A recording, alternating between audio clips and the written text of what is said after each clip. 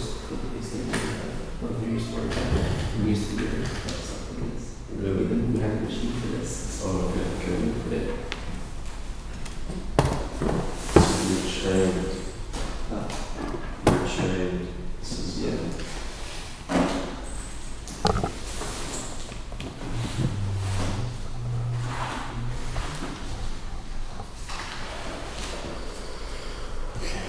الحمد لله رب العالمين اللهم صل على محمد وعلى آل محمد كما صليت على إبراهيم وعلى آل إبراهيم إنك حميد مجيد اللهم بارك على محمد وعلى آل محمد كما باركت على إبراهيم وعلى آل إبراهيم إنك حميد مجيد.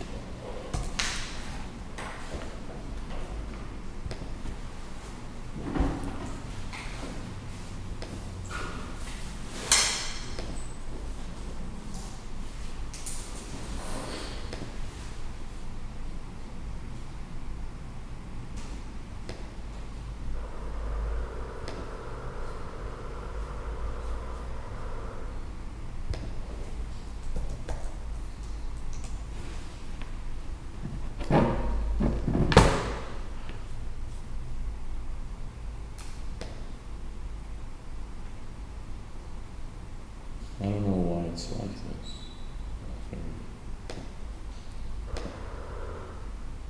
No.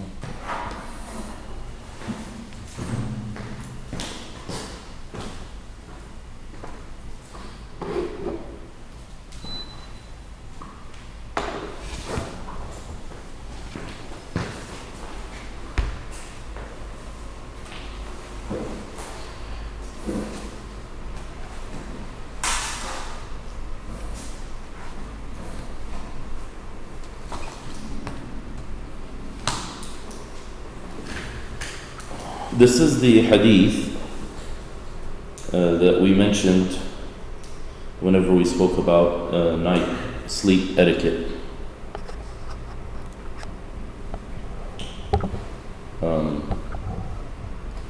That Rasulullah sallallahu alayhi wasallam would blow into his hands with some spittle after reading the 3 surah, and he would do so 3 times. So it says, كان النبي صلى الله عليه وسلم إذا أوى إلى فراشه. أوى إلى فراشه is basically to assume his bed, or to turn to his bed, to lay down on his bed.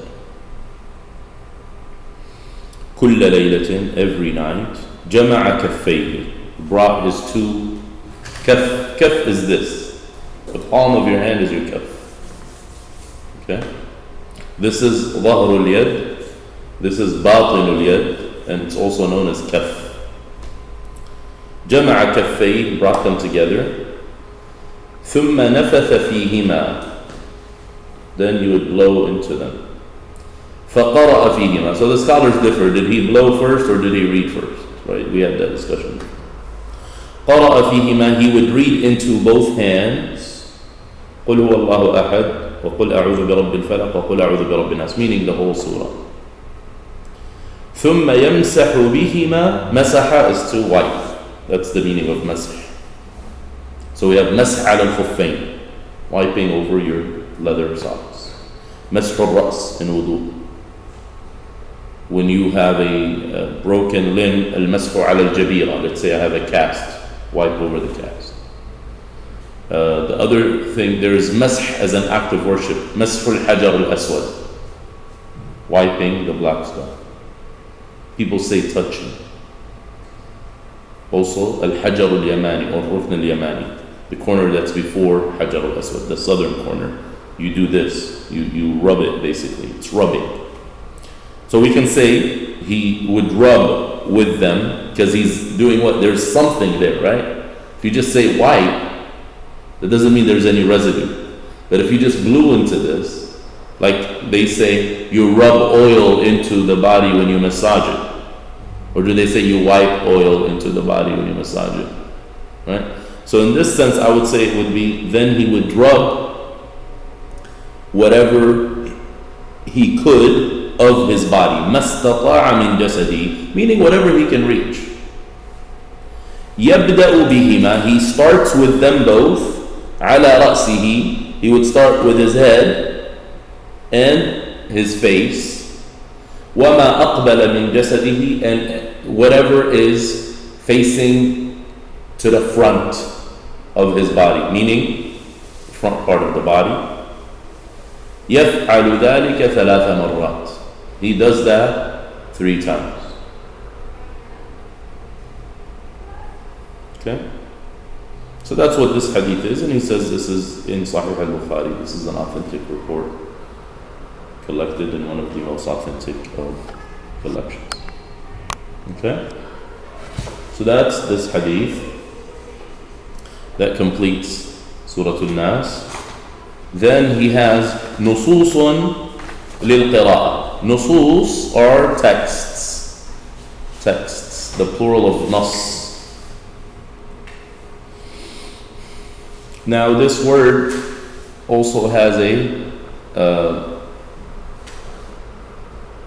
has different meanings based on context.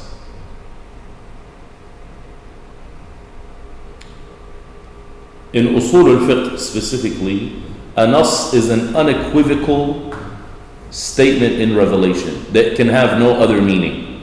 So when Allah says, "Tilka asharatun kamila," those are 10 days. The scholars say that's a nas. Doesn't mean that's a text. The whole thing is a text. It's an unequivocal command. 10 days. It can't be 9 and it can't be 11. It's 10. He specified it. Okay?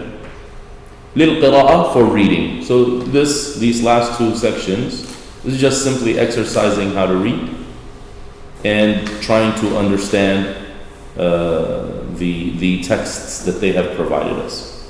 The first text, or the first passage, we can also say passages for nusus. Nusus would be passages. Passages for reading, or reading passages. So this one is called Maw'idatun wa Shifa. Maw'idatun wa Shifa are 2 of the many attributes of the Quran. If you recall, in the very beginning of Intro to the Sciences of the Quran, we go back 9 months, since you've been wondering about my Little Caesar's bag for 9 months. We spoke about the Quran having names and having descriptions. These 2 are of the descriptions of the Quran. Maw'idah, and we've just been covering Maw'idah over the last few weeks, right? It's the heart softener speech that impacts the person and causes them to have the fear of God. So they translate it as admonishment. Although I don't know if that's the best word.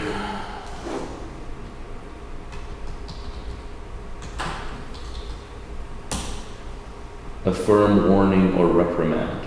So would you think to caution, advise, or counsel against something, to reprove or scold, especially in a mild and good-willed manner? I guess it would work. Except that we're in a PC world right now, and any type of speech that hurts people's feelings is frowned upon. To advise to do or against doing something, to warn and to caution. To reprove firmly but not harshly. Yeah. Okay.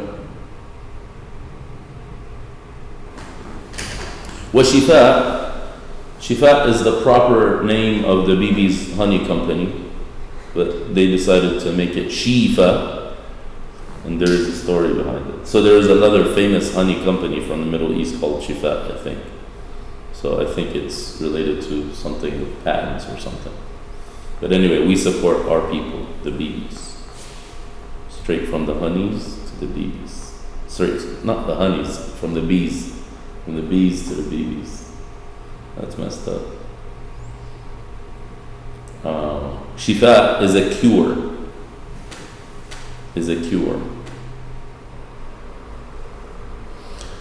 the passages from the Quran, Ya ayyuhan nas, Allah is addressing people, قَدْ جَاءَتْكُمْ مَوْعِظَةٌ مِّن رَبِّكُمْ. Let me check the tafsir here, so I don't just translate based on what I see before my eyes. And I want to encourage you to do that as well.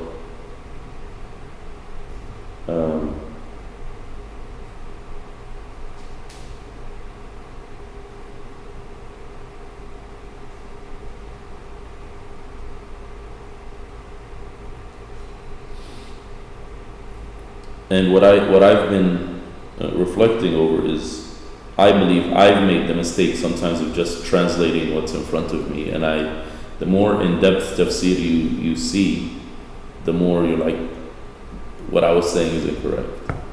So don't have too much confidence just because you know the words. So let's say I know the word an-nas, right? But what is it referring to here in this context? I can only know that through the tafsir. What if Allah is speaking to a specific group of people here, and then I just say humanity? Who gives me permission to say that? Because it sounds good? Because people say it?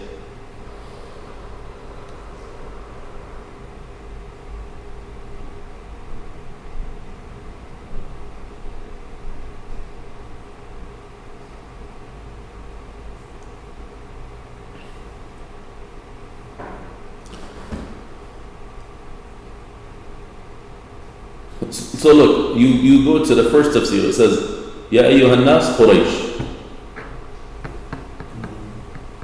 Remember we said a lot of tafsir, whenever an-nas is mentioned, it means it's addressing Quraysh. How many times have you heard that in the English speaking world? Usually whenever an-nas is mentioned, we want to showcase the diversity of Islam and how much of a humanistic faith it is. So we say, oh humanity. Look at every single speaker say the same thing. جاءتكم موعظة من ربكم. It says Al-Quran. وشفاء لما في الصدور. Medicine. لداء الجهل, he says. For which disease? The disease of ignorance. Specifically. وهدى. Clarity from misguidance. وَرَحْمَةٌ لِلْمُؤْمِنِينَ. Grace from God. Check this out now. لِلْمُؤْمِنِينَ. This is also very consistent in the Quran. Whenever al-mu'mineen are mentioned, they're not talking about us. Guess who is being spoken of? The Sahaba. So it says, وَنِعْمَةٌ مِّنَ اللَّهِ لِأَصْحَابِ مُحَمَّدٍ. If this text is addressing Quraysh, so Allah is saying, hey guys, this is happening, and this text benefits the guys that accepted it. Who are the guys that accepted it? The Sahaba. So remember that the text, this is how you bring the text to life in revelation. Now, I'm not negating the fact that we can also have the general meaning, but it's always important to understand the original meaning first. What did the Sahaba understand out of it? Like the Sahaba, when they read it, they were thinking, oh yes, this is for like the Africans, or this is for the Chinese. No, Ya ayyuhan nas Quraysh, you guys right here. Right? So that's one tafsir. This is Al-Wahidi's tafsir. Then Al-Baghawi says, he doesn't even define Ya ayyuhan nas. But he says, for shifa'un lima for maw'idha, says maw'idha tadhkira, reminder. Then شفاء لما في الصدور دواء لما في الصدور من داء الجهل. So look at the things that they describe about what's in the chest. Because I've heard people use this ayah for mental health. I went to a presentation. This ayah was used for Islam and mental health.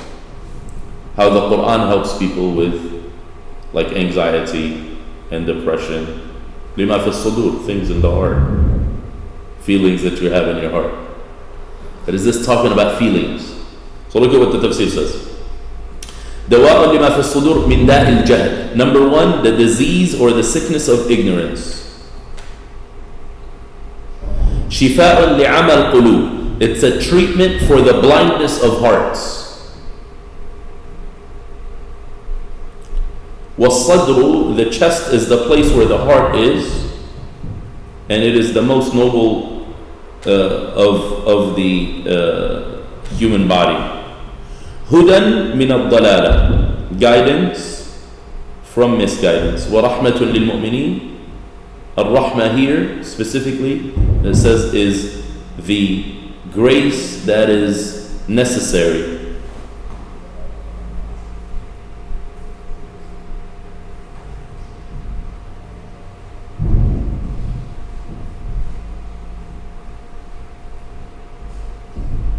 It's amazing. Then he says, if a king gives a king a gift, you don't say he gave him rahmah.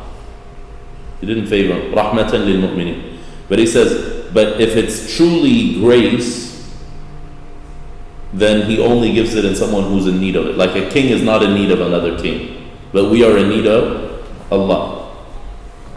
So these are two tafasir. We can go to some more.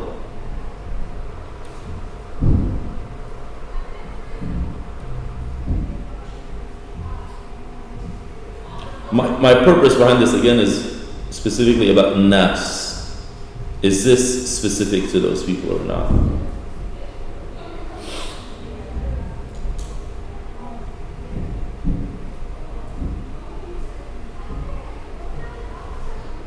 يا أيها الناس يعني قريشا. Again, this is Qurtubi.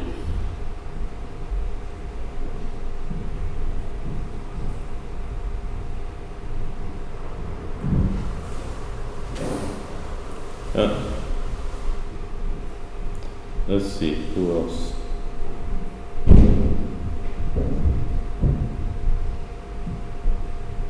Ibn Kathir.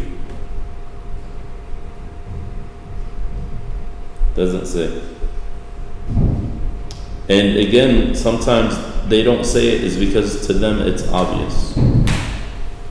To them it's obvious. Okay. جاءتكم موعظة. A موعظة من ربكم, from your Lord, has come to you. يا قريش. وشفاء لما في الصدور. It's a treatment for the diseases of the heart. وهدى, it's guidance. ورحمة للمؤمنين.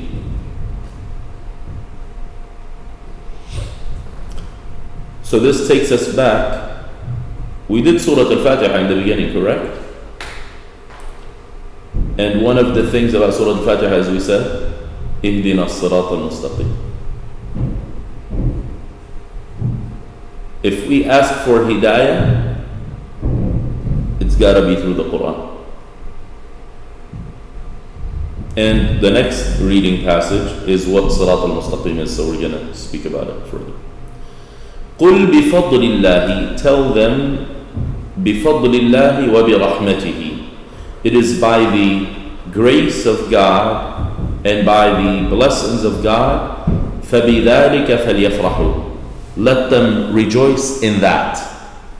هُوَ خَيْرٌ مِمَّا يَجْمَعُونَ, that is surely better than everything that they gather or accumulate. What is better? Fadlullah, Fadlullah wa Rahmatullah. Fadlullahi wa Rahmatuhu.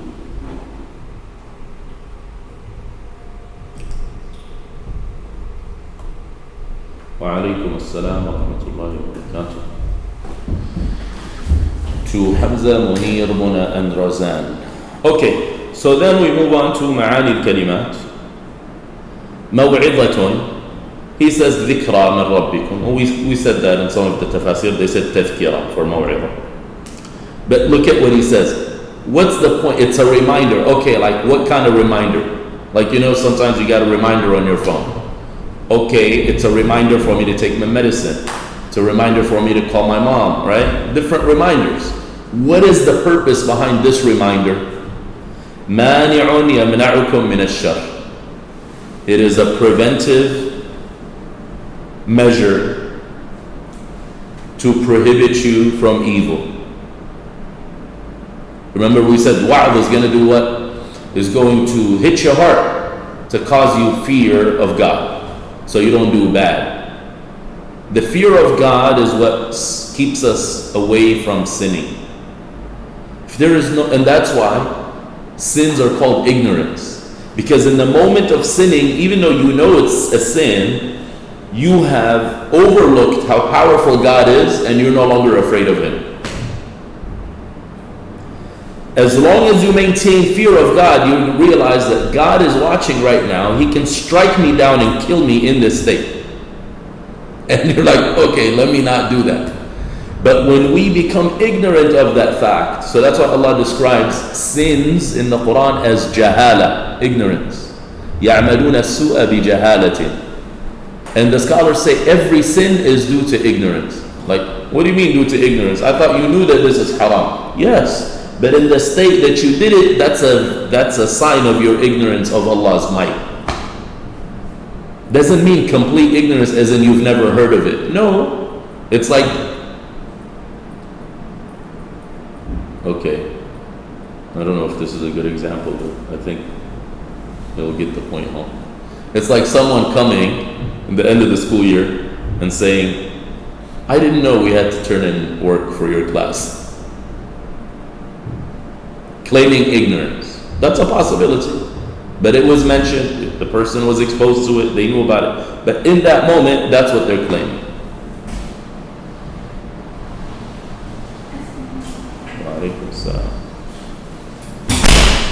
Okay.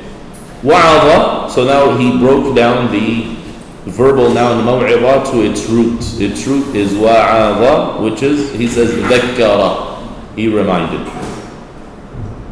Shifa'un.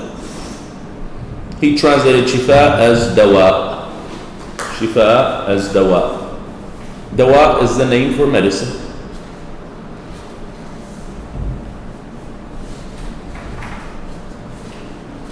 But there is an actual difference because medicine doesn't always cause shifa. Shifa is actually treatment that causes healing. Dawa is just a medicine. Sometimes I take medicine, it doesn't work.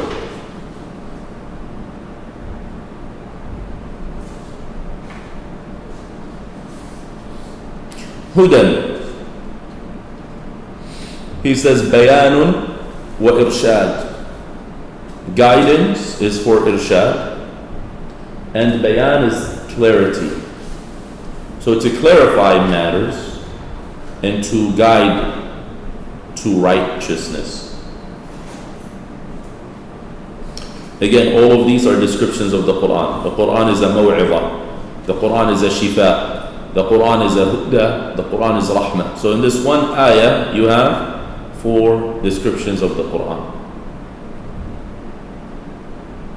You know, when we're asked, talk about the Quran, do these things come to mind? Or do we say, it's like the Bible of the Muslims? That tells you that we've somewhere, like, we lost the plot. Instead of being original in our content, we're looking at what other people say about their book. It's not like their book. They read the Bible in the bathroom. Do you guys read the Quran in the bathroom? You know, a lot of people have a stack of books in their toilet, next to their toilet. That's what Americans have. That's very regular in an American household. And one of the things right there is the Bible. Do you guys do that? Would you even consider doing that? What have you been taught all your life? It doesn't go in the bathroom. That's one place you don't take it. So when you say the Quran is the Bible of the Muslims, are you not doing like a great injustice to your text? But this is a way to describe the Quran because that's what Allah says. And who is He talking about? So that's the key. It's like, well, you know, they're Christians, so we're just trying to allow them to understand what we're... Okay, Allah's talking to Quraysh here, and He's giving them these descriptions. They're kuffar, they're not Muslims. But He's telling them, look, people, this is what I'm sending you, these 4 things. The Quran is maw'idha, the Quran is shifa, the Quran is huda, the Quran is rahmah. Yes? Would it be sufficient to say only one of them, like at a time? If someone asks you, what is that? This is the Quran, it's the treatment. Or would it not be fair. Well, I mean, ideally, you want to say this is revelation from God. This is God's words, God's speech. But then what else can you tell me about it? Well, this is what it says about itself. That's what God says about it.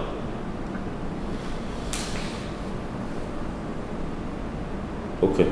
Fadlillah, he says, ni'matillah. Well, we spoke at length about the word ni'mah before. Fadl, we said, is anything that's extra.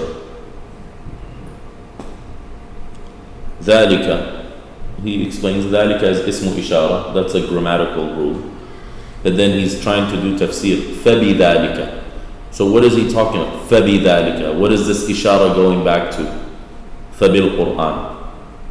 فَبِالْقُرْآنِ. So this ishara is referring back to the Quran. So بِفَضْلِ اللَّهِ وَبِرَحْمَتِهِ, meaning this happened by the grace and mercy, by the grace and the blessings of God. فَبِذَلِكَ فَلْيَفْرَحُوا. So we should rejoice with the Quran. Speaking of this, I wanted us to read an article today.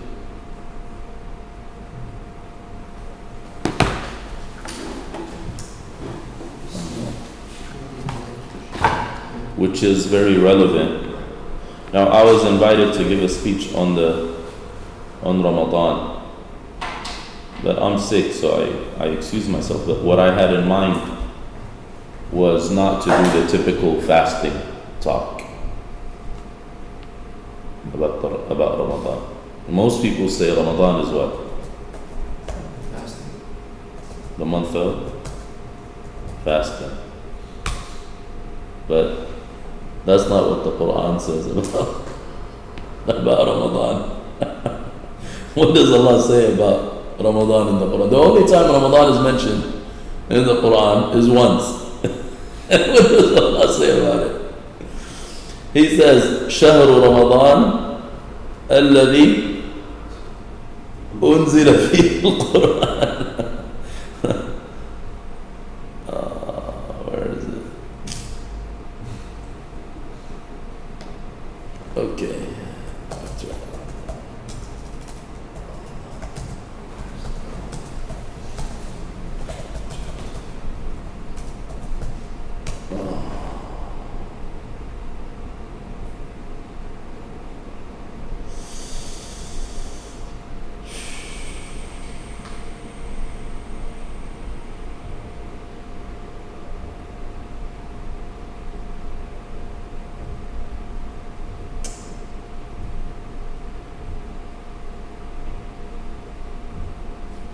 I don't know why it's not coming up.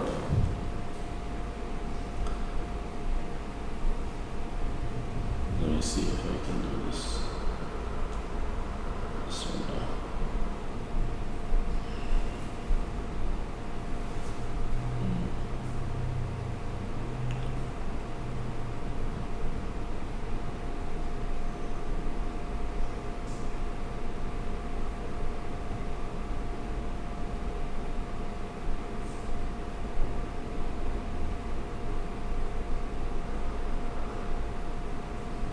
This one now.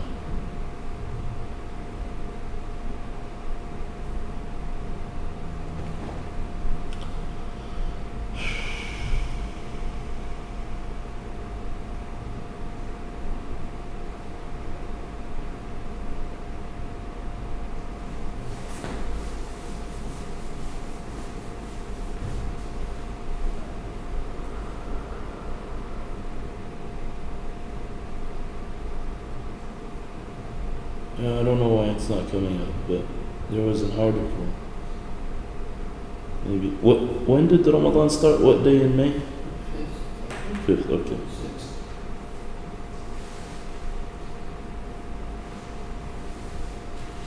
I guess I have to go back to that day.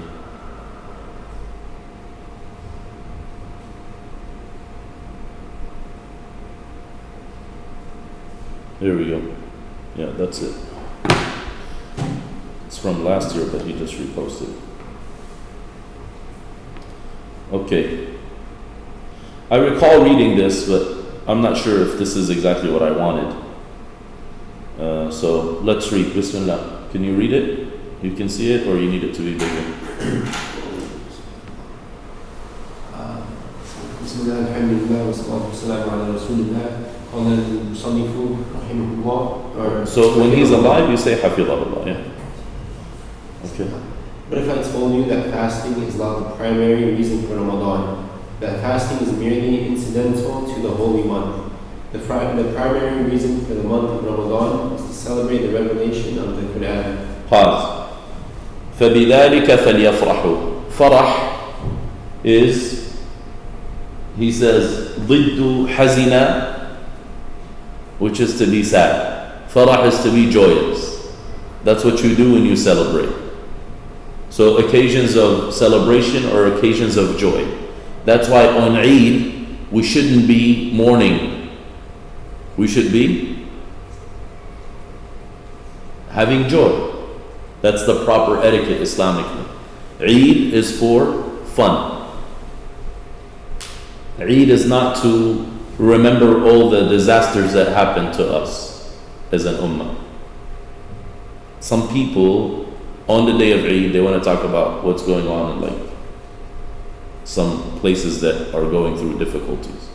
Well, you know what? The places that are going through difficulty on Eid, they don't talk about their difficulties. That's the day they talk about Eid. Okay, go on. Why else would Muslims spend their daylight hours reading it and night standing in communal prayers? For many, this may seem like unconventional wisdom or even counterintuitive. Yes, fasting is a very important aspect of the month's observance, but it is nothing more than a manifestation of the reverence we are expected to have for the Quran. Would we know anything about fasting had it not been for the Quran? What about prayer, the pilgrimage, and the obligatory alms? The truth is that the Quran is the foundation of all that is true and good for the believer. Without it, and the life example of the Messenger, there would be no way of distinguishing guidance from misguidance.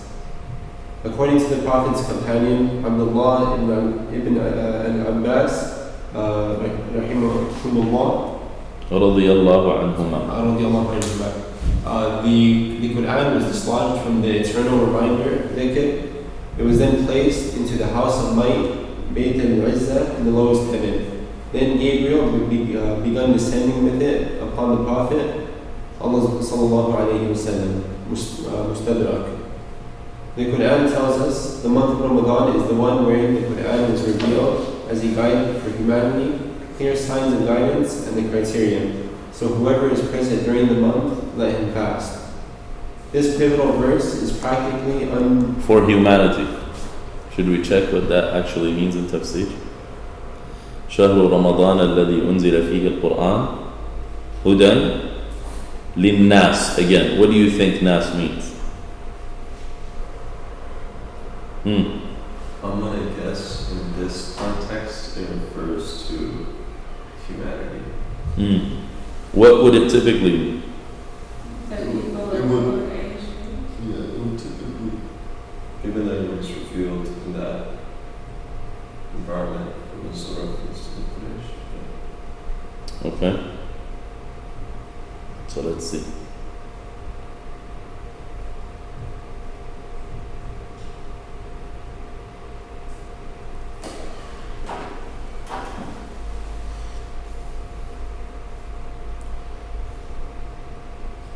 Hudan linnas, hadiyan linnas, here he says. And this is the same author that earlier said Quraysh. You see, so how it's not always this is al-Wahidi.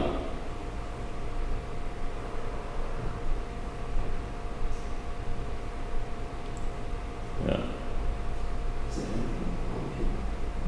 what did he say? Hadiyan linnas, all of humanity. It's all of humanity. So this would be accurate as a translation. Okay? This pivotal verse is practically univocal in its proclamation that the month of Ramadan is intended for the celebration of the Quran. More importantly, it explains the purpose of the Quran itself. 1. A guide for humanity. 2. Clear signs of guidance. And 3. The criterion. A guide for humanity. The first among the stated purposes of the Quran is that it is a guide for humanity. Surah 2 verse 2 proclaims the holy book to be a guide for the pious, which may appear to be contradictory to Surah 2 verse 185 at first glance. Considering the likelihood that the Ramadan verse is intended to be an expression of God's preferential rather than his ontological will, confusion can be averted, since Surah 2 verse 2 can be read to mean that God ordains guidance from the Quran to those who attach their faith. What's Quran 2.2? ذلك الكتاب لا ريب فيه هدى للمتقين, which is what? Yes. So those who won't get guidance. So he's saying is a guide for the pious, muttaqeen, which may appear to contradict what we just read. Guidance for humanity at first glance. So this is a problem here, right? Because he didn't say 2.2 means what? So you're lost. You catch that or not? Right? Then he says, considering the likelihood that Ramadan verse is intended to be an expression of God's preferential rather than his ontological will. You remember when we spoke about the will of Allah, the qadar, iradatullah, the will of God? There's irada kawniyya and irada shar'iyya. Shar'iyya is the law. That's preferential. That's what Allah prefers. That's what Allah loves. Right? Rather than his ontological. Ontological is reality. Right? Isn't that what ontology means? What's ontology? Isn't that what Dr. Sharif's program was about? Throw this back to there. Ontology, the branch of metaphysics dealing with the nature of being. Right? So reality. Like, confusion can be averted, since Surah Baqarah Ayah 2 can be read to mean that God ordains guidance from the Quran to those who attach their faith to it.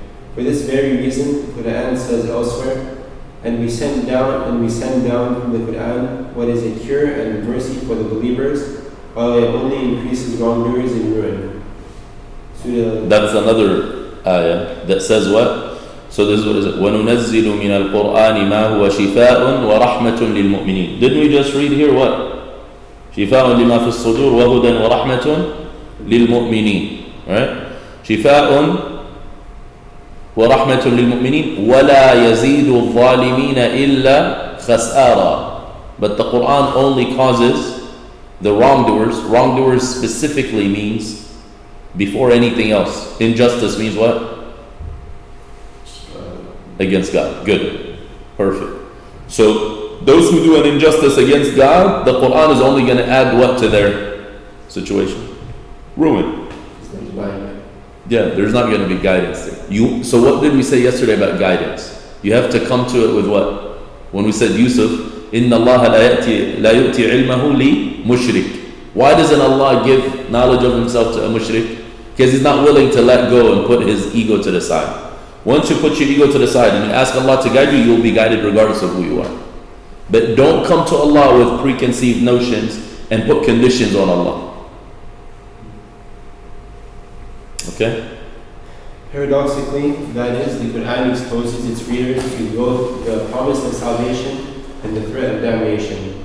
One's end depends on the degree of his or her objectivity when looking through its chapters and verses. In this vein, Prophet Muhammad ﷺ reportedly said, "Verily God elevates some people by this book and reduces others by it." إِنَّ اللَّهَ لَيَرْفَعُ بِهَذَا الْقُرْآنَ أَقْوَامًا وَيَضَعُ بِهِ آخَرِينَ. I'll just do the translation for you. Okay. The clear signs of guidance. As for the clear signs of the Quran, so that's the second thing, right? In these ayats, what does Allah say? شهر رمضان الذي أنزل فيه القرآن هدى للناس وبينات من الهدى والفرقان. So he's going to mention these three things. This is وبينات من الهدى. Yep. Clear signs of guidance. As for the clear signs of the Quranic guidance, This is shown in its inimitability, eloquence, and unparalleled disclosures about phenomena like its lucid descriptions of the phases of the gestation process. This is in addition to its constant reminders that God expects people to submit to His commandments, His promise of reward and threat of punishment, affirmation of the afterlife, accounts of prophets and bygone nations, and showcasing of miracles. Miracles are particularly important because they form the basis upon which the truthfulness and integrity of a given claim to prophethood is constructed. And what greater miracle than the Quran itself, whose miraculous nature materializes in its simplistic complexity. It is simply a book, and simultaneously impossible for any person to reproduce its beauty, eloquence, elegance, and guidance. Prophet Muhammad ﷺ said, "Every single prophet was given something like the like upon which men were led to faith. And verily, what I was given is revelation revealed to me by God. So I hope to be the one of them with the most followers." The criterion. Perhaps the most important role the Quran is intended to play in the life of the believer is as the criterion between right and wrong, good and evil, and truth and falsehood. Reflection upon this characteristic of the Quran is of the utmost relevance now, especially when so many Muslims living in the quote West seem to be relinquishing their commitment to Quranic moral claims for those of secular liberalism. To be clear, there is no fundamental clash or dichotomy between a citizen of a secular between being a citizen of a secular society and being a committed Muslim. Muslim is not an antonym of American, and there is no inescapable clash between Western, European, and Islamic civilizations. Saying that the Quran is the quote criterion is not to suggest that quote all moral judgments originate from the Quran, nor that the truth claims of science are unverifiable without the Quran's corroboration. What it does mean, however, is that the foundation of Muslim morality and the realness of metaphysical assumptions do not weigh the confirmation of liberal moral sentiment, nor the discernment of scientific observation. The Quran as the believer's criterion for right and wrong, then, fundamentally means that if the Quran deems an act to be wrong, it is wrong, and if right, it is right.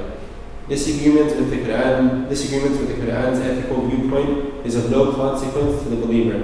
While a believer may acknowledge different viewpoints, he or she, as a believer, may not compromise nor advocate for alternative morality without risking the wrath of God descending upon him. The Quran says, and whoever does not judge by what God has revealed is an unbeliever. Islam does not burden a believer beyond its capacity to bear. Rather, in numerous Quranic verses, Islam is declared to be a religion of ease. After mentioning the obligation of the Ramadan fast, the Quran states, "Whoever is sick or on a journey and does not fast, then make them up during a period of other days. God desires ease for you, and He does not desire hardship upon you." Then, to underscore that ease does not mean the absence of all discomfort and reaffirming that the fast of Ramadan is a celebration of guidance, the Quran continues, "And He desires for you to complete the period and declare openly God's greatness because He has guided you. Perchance you may be grateful." Conclusion.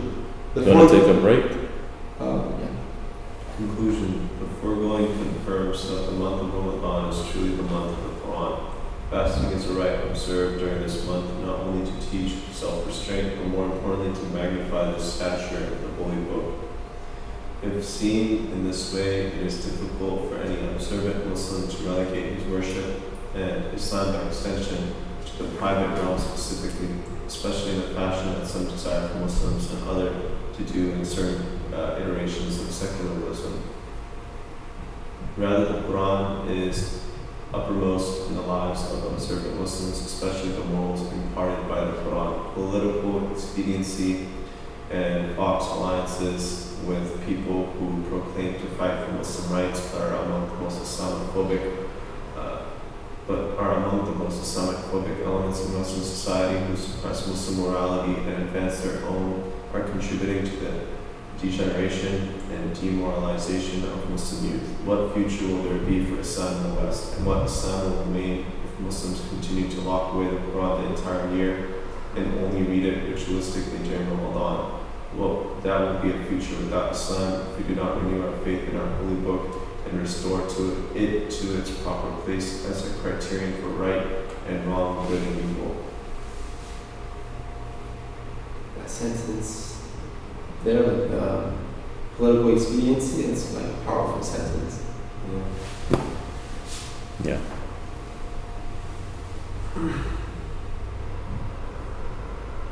So that's what I wanted to share for today. Let's finish the words. فرح يفرح ضد, the opposite of حزن يحزن. حزن is to be sad. الفرح السرور. سرور is joy. فبذلك فليفرحوا عليهم أن يفرحوا بالقرآن. It is incumbent upon them to be joyous because of the Quran, with the Quran, to celebrate the Quran. المعنى, the meaning of this passage, Allah subhanahu yunadi nasa.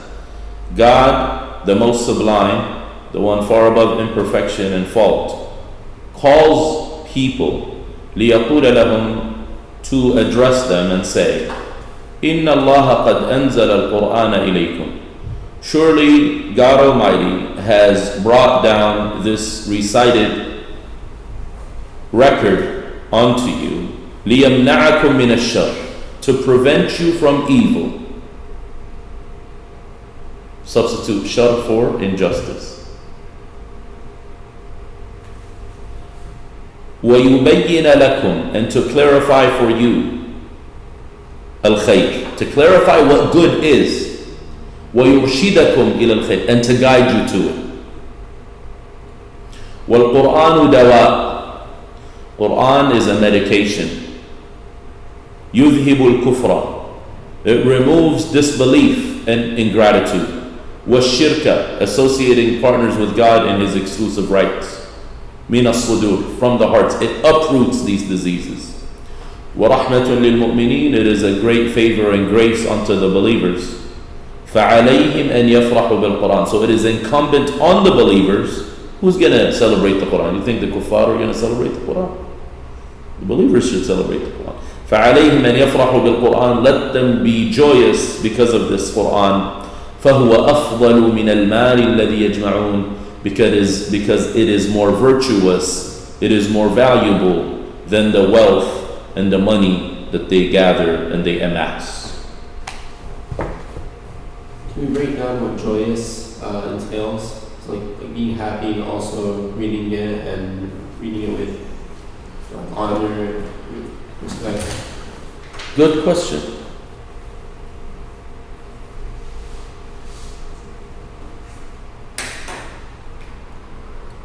Very good question.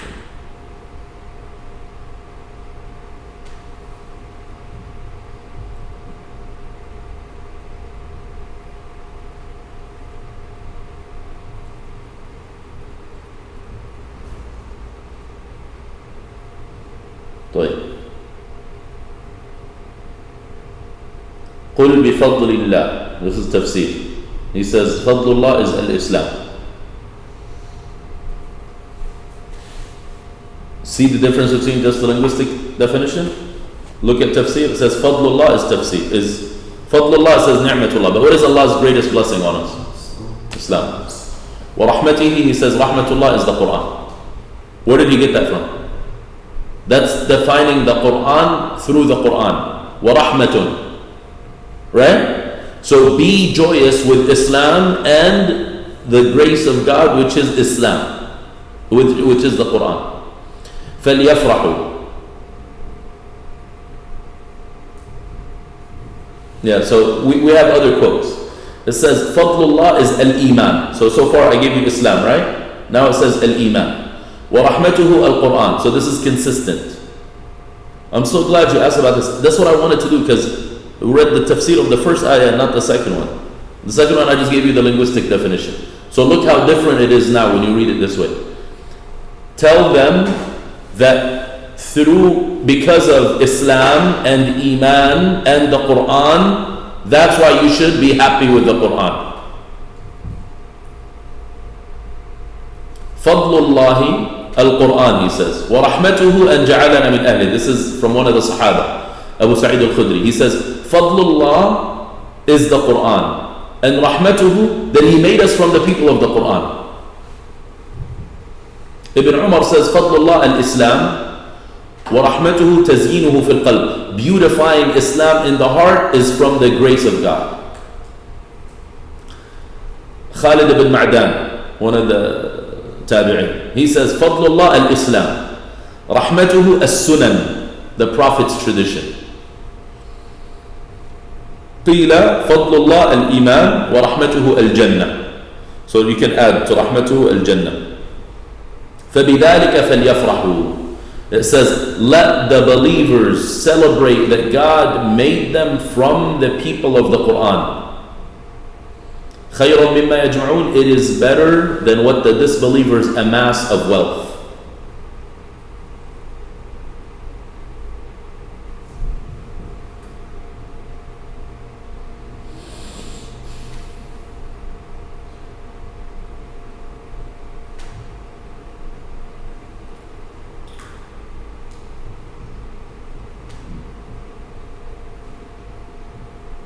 Doesn't express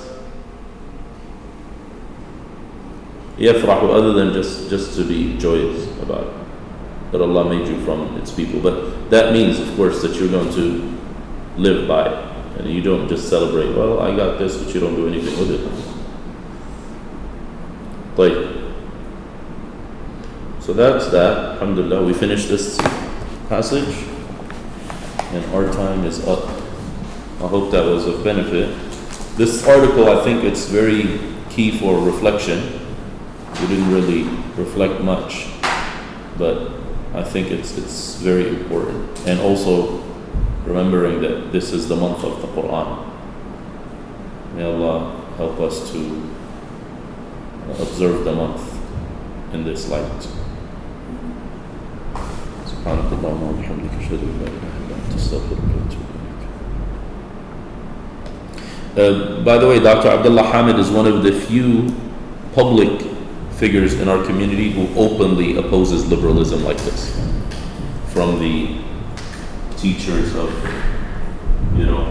institutions and stuff like that. He doesn't mince his words when it comes to that. So I do recommend following his work specifically. I attended a program by him last year. He was invited as a keynote speaker for Sahaba Initiatives program. That was the first time I see him in person. And he was sitting in front of politicians. And those are all Democrats, basically. I mean, those were the people there. And he said, what was it? I'm trying to remember. The title was Be the Change. Be the change. His lecture was No to Innovations in the Religion. I was really impressed. I'm like, I don't think the people who invited him knew that what he was going to talk about. Of course, a lot of times things go over people's heads. But he says, we appreciate the people who want to be our allies, but we want to tell them that we don't change our religion.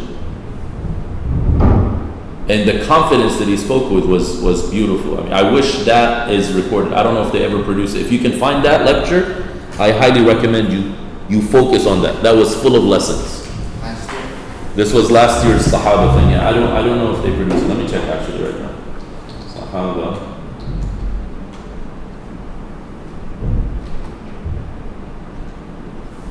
Initiative.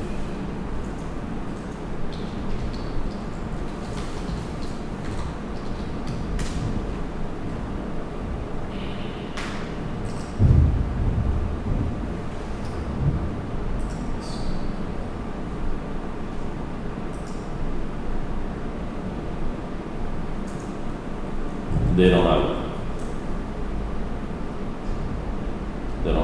if someone can get a copy of that, I think that would be very good. He may have reported it, but I was impressed because he was speaking in front of Kuffar with a lot of confidence. And he said, look, we appreciate you helping, but we're not going to tolerate you trying to change our religion, what our morality is. Basically, whatever I just read here, a lot of it was in that lecture because it sounded so familiar. So I remember when I just what do you call it when you just skim through an article? I may have read it fully. I don't remember right now. But when I skimmed through it, I recall that there was, connections there. So may Allah reward him for that. So he openly talks, for example, against abortion, because right now everybody's saying, did you hear what they're saying? Leave our bodies alone. Leave our bodies alone. That's the public Muslim figures who are with the left. He'll talk about that. What else did he recently talk about? So he has a post about this abortion thing. I didn't read it, but he says, I remember everybody making a big deal about Kavanaugh. So get that. That's from a few days ago. And then, what else happened recently? Oh, he was the only one, from the public figures who shared Trump's White House iftar. You didn't hear that Trump had an iftar, did you? He went to it? No, he didn't, but he shared it. So then some people say, well, why do you share all these right conservative news items? He's like, because they're the only ones who talk about these things. So when you talk about family values, it's like, why are you quoting this paper, for example, because it's like a Republican right-wing thing. So it's interesting. But he's probably one of the few who are public figures and attached to institutions that's open about stuff like that. So. Assalamu alaikum.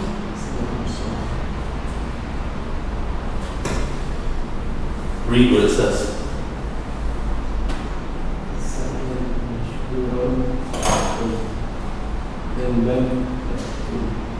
What does it mean? You should know this. Sa'i, what's sa'i? The sa'i is not just sa'i in umr. Sa'i is just effort, walking. Mashkuran.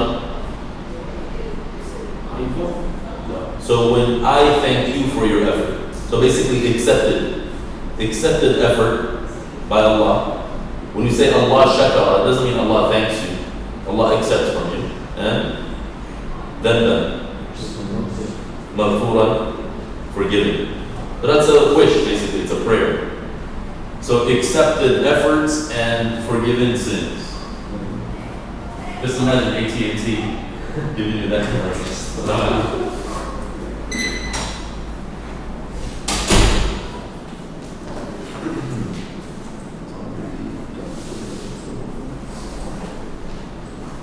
Today's the day, What was that? Today's the day 4? for elections. No, it's tomorrow. Oh, it's Friday? Yeah, it got changed.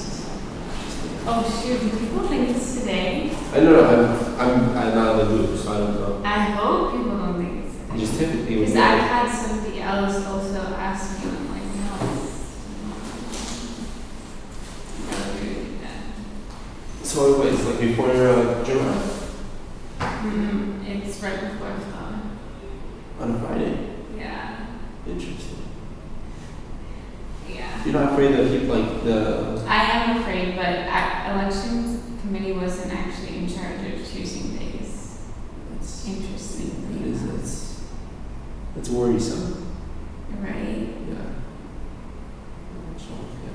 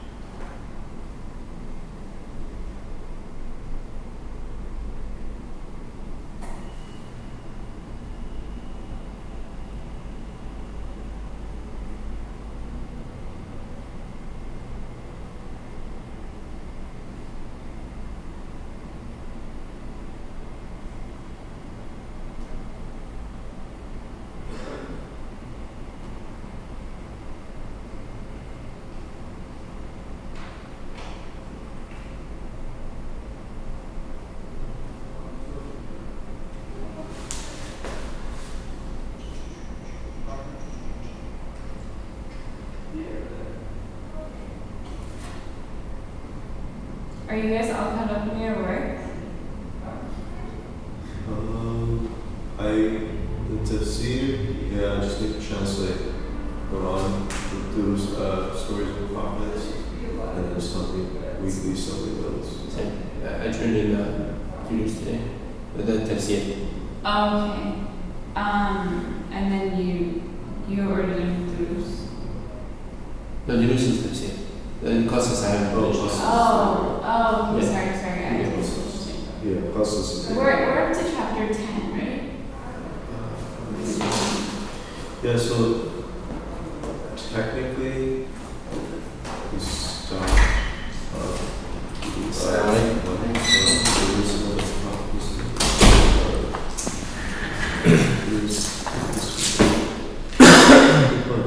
That chapter, I don't know what number that is. I think it was 15.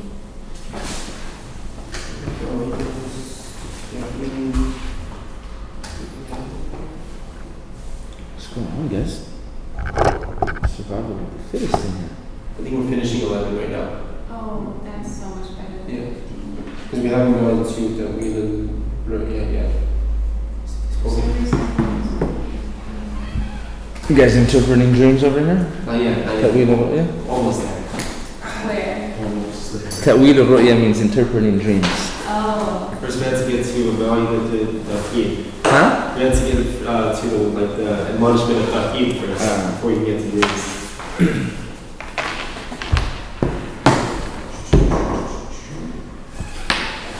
I have to step outside.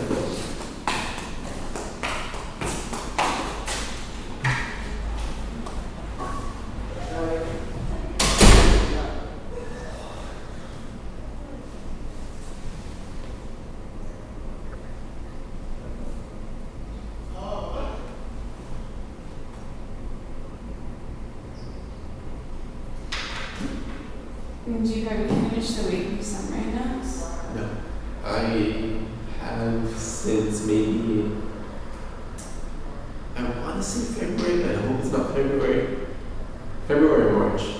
You only have February in March. No, but like I have to do from now to then. Oh. I think. Yeah. It's probably the same week. I have no, how are you guys going to do the weekly summary? I have no idea how I'm going to do that. So, I think it's gonna take time over it. I think we're over stressing about it because it's a week, right? So you don't necessarily have to have all the days. And what you can kind of do is like when you said like 2 times speed and also kind of so it's not the actual like self-recovery class. From what I remember at the beginning of the year, it's the basically the like tangents that we go off, right? You can sort of tell like based on who's using the projector. When a tangent happens, I don't think And you you have can get all of that done before Sunday. you don't have to get all the tangents, that's the thing.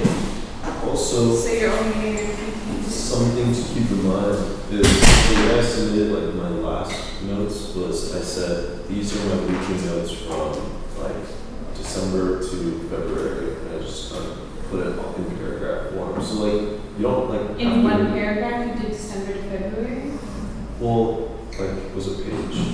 Right? Oh. But the idea is like you don't have. I mean, I at least didn't specify that these weekly notes are coming from this week. These weekly notes are coming from this week.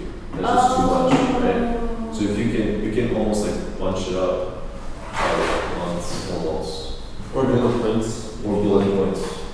Even just like one bullet point that says you talked about, you know, political stuff, and that's a weekly note, technically. Not really, but I'm so stressed. I have not done the homework for tomorrow yet. I have like. Oh, same. I'm so scared that like I'm not gonna know it. Shake my hand, there's homework. Wait, I have It papers hurts. due today. I have no, exams. I don't go through them every day. I have to. It was like Friday. I'm not gonna know it. I just was gonna do it tonight, and I just like read it. I can do it tonight. I'm not gonna know it. Oh, yes. I don't know if you don't want to do it because actually, Anyone want sweets? want to leave a good impression. Yeah, sure. Right now? Yeah, right. The condition. So Sheikh Ahmed, what are you doing 7:30, 8. Are you teaching us tomorrow or will we Sheikh Farhan again? Tomorrow it will be Sheikh Farhan. Why do you ask? Oh, because the homework. What if we genuinely can't make it tomorrow? What if you genuinely can't make it? Yeah. We genuinely. That sounds like there's days you haven't come where you genuinely couldn't have made it, but you decided not to. Don't answer that question. Don't answer that question. I'm just saying, but you know. The way that it sounds, it could have been worded better. But if I have a legitimate excuse. Will he be teaching us again in the future so that we can turn it on? Or should we just turn it in, like, to the office? He will be teaching you tomorrow and the following Friday. Huh? The final day of school. Yes. And I suggest doing his homework. Because you don't want to get on Sheikh Farhan's bad side.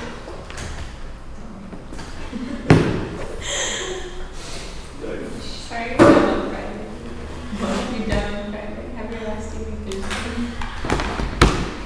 Wait. Sheikh Ahmed was here today. Yes, he must have been because there's people talking. Right. Will you be teaching us in the summer? Do you want me to? Yes. Oh. Yes. Oh. Wow.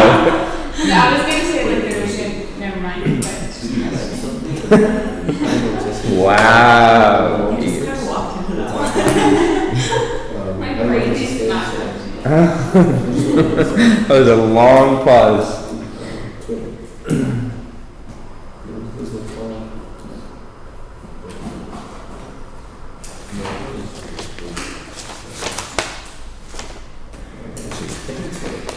Not Sunday, but it's easier for them to do this.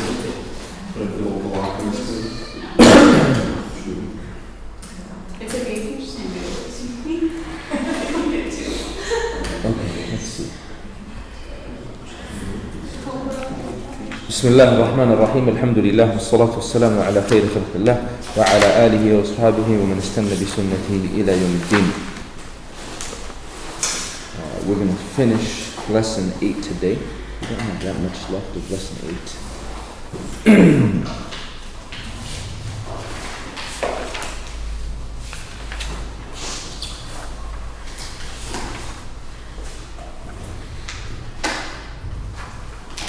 Oh no, we do. Okay, I guess.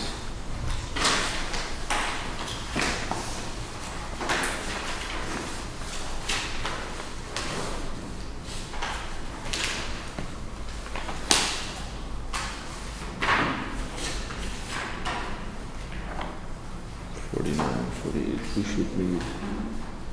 Okay, so we actually, I thought we finished Jum'ah. We didn't.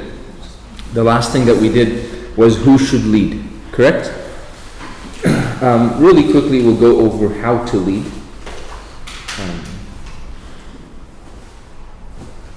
Now, in recent years, there have been, a few different organizations have done. IOK did it, CIU did it, and other few organizations did it, like a khatib training workshop, right, for people, for young people that are, that are getting older, that have some knowledge of basically how to, give a Jum'ah, how to lead a Jum'ah, what fiqh to know, how to prepare a topic and whatnot, right? Simultaneously, some of them have done also like sisters public speaking workshops, or like, I guess it's more like about how to give a halaq or how to give a class. But generally, we'll quickly go over how to lead a Jum'ah. So number one, prepare a well thought out, effective and relevant khutbah. And we talked about relevant yesterday. I think this is okay. Number two, perform all of the sunans of Friday that we talked about. Number three, obviously be on time. if possible, try to be there before the adhan, right? This is for the person giving the khutbah and also the person attending. And we talked about going early and the reward that is associated with going early. When it's time to give the khutbah, go to the pulpit, face the congregation and greet them with salam, right? Say assalamu alaikum wa rahmatullah, and then sit down for the adhan. After that, after the mu'adhin gives the adhan, generally you'll see that the khatib usually waits a few seconds to give time to himself and to the congregation to make dua, to say the dua that is supposed to be said after the adhan, also to send salah and salam upon the Prophet sallallahu alaihi wasallam. Then after that, to start the first sermon with the praise of Allah, right? And sending peace and blessings upon the Prophet sallallahu alaihi wasallam, right? So usually you hear something like, Inna alhamdulillah, indeed all praise and thanks belongs to Allah. Nahmaduhu, we praise Him. Wa nasta'inuhu, we seek His assistance. Wa nastaghfiruh, we seek His assistance, we seek His forgiveness. Wa na'udhu billahi min shururi anfusina, and we seek refuge in Allah from the evil of ourselves. Wa min sayyiati a'malina, and from the evil of our deeds, or our evil deeds.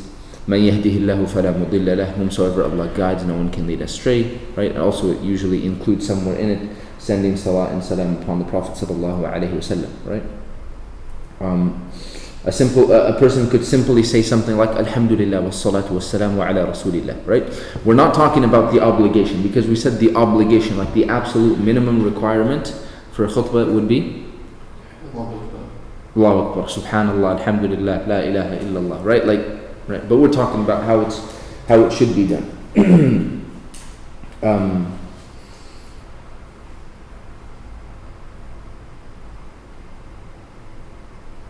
After ending the introductory praise, usually you hear the word amma ba'd. Amma ba'd means, anyone know? As to what follows? As to what follows, or as for what follows. Amma ba'd, as for what follows, or as to what follows.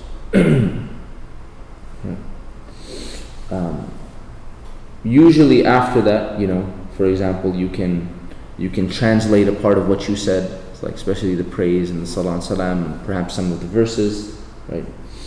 And then deliver the first sermon, obviously keeping track of time. And then usually after you end the first sermon, you can end with something like أقول قولي هذا, like I say this statement of mine. So once again, أقول قولي هذا, you see it in one of your slides. Yes? أقول قولي هذا means أقول, I'm saying, قولي هذا, this statement of mine, meaning whatever I said. وأستغفر الله لي ولكم, and I seek forgiveness for myself and for all of you. وَلِسَائِرِ الْمُسْلِمِينَ, and for all the rest of the Muslims. فَاسْتَغْفِرُوهُ, so all of you also seek forgiveness from Him. إِنَّهُ هُوَ الْغَفُورُ الرَّحِيمُ, indeed He is the forgiving and the merciful. Is that clear? I'm going over these phrases because we hear them perhaps, on a weekly basis. We should know what the khatib is saying, right? So this statement that you can end with this, you can end with anything else, right? It doesn't, but this is very common. أقول قولي هذا, like I am saying this statement of mine, or whatever, this advice of mine, this sermon of mine. وأستغفر الله, and I'm seeking forgiveness from Allah, right? Li, for myself, walakum, and for all of you. وَلِسَائِرِ الْمُسْلِمِينَ, and for all the other Muslims. فَاسْتَغْفِرُوهُ, this is a command. So all of you also seek forgiveness from Him. إِنَّهُ هُوَ الْغَفُورُ الرَّحِيمُ, indeed He is the forgiving, the merciful.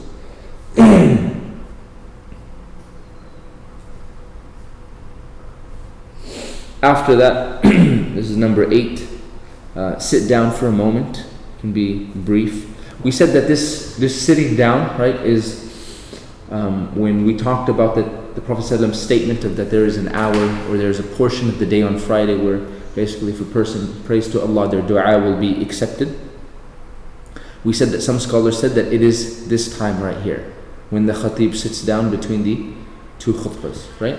So, it's not supposed to be long, it's supposed to be brief, but at the same time not extremely brief, not like 5 seconds, right? But just sit down, khatib can take a sip of water, gather his thoughts, right? And then start the second sermon, the second khutbah, once again by somehow praising Allah and sending blessings upon the Prophet sallallahu alaihi wasallam, summarizing what was mentioned, or continuing what was mentioned, and giving some practical steps to putting whatever advice was given into practice, right? Why is the khatib allowed to drink water, but the people in the congregation are not allowed to drink water? The people in the congregation are allowed to drink water. Oh, and then one of the things I talked about yesterday is that you shouldn't eat or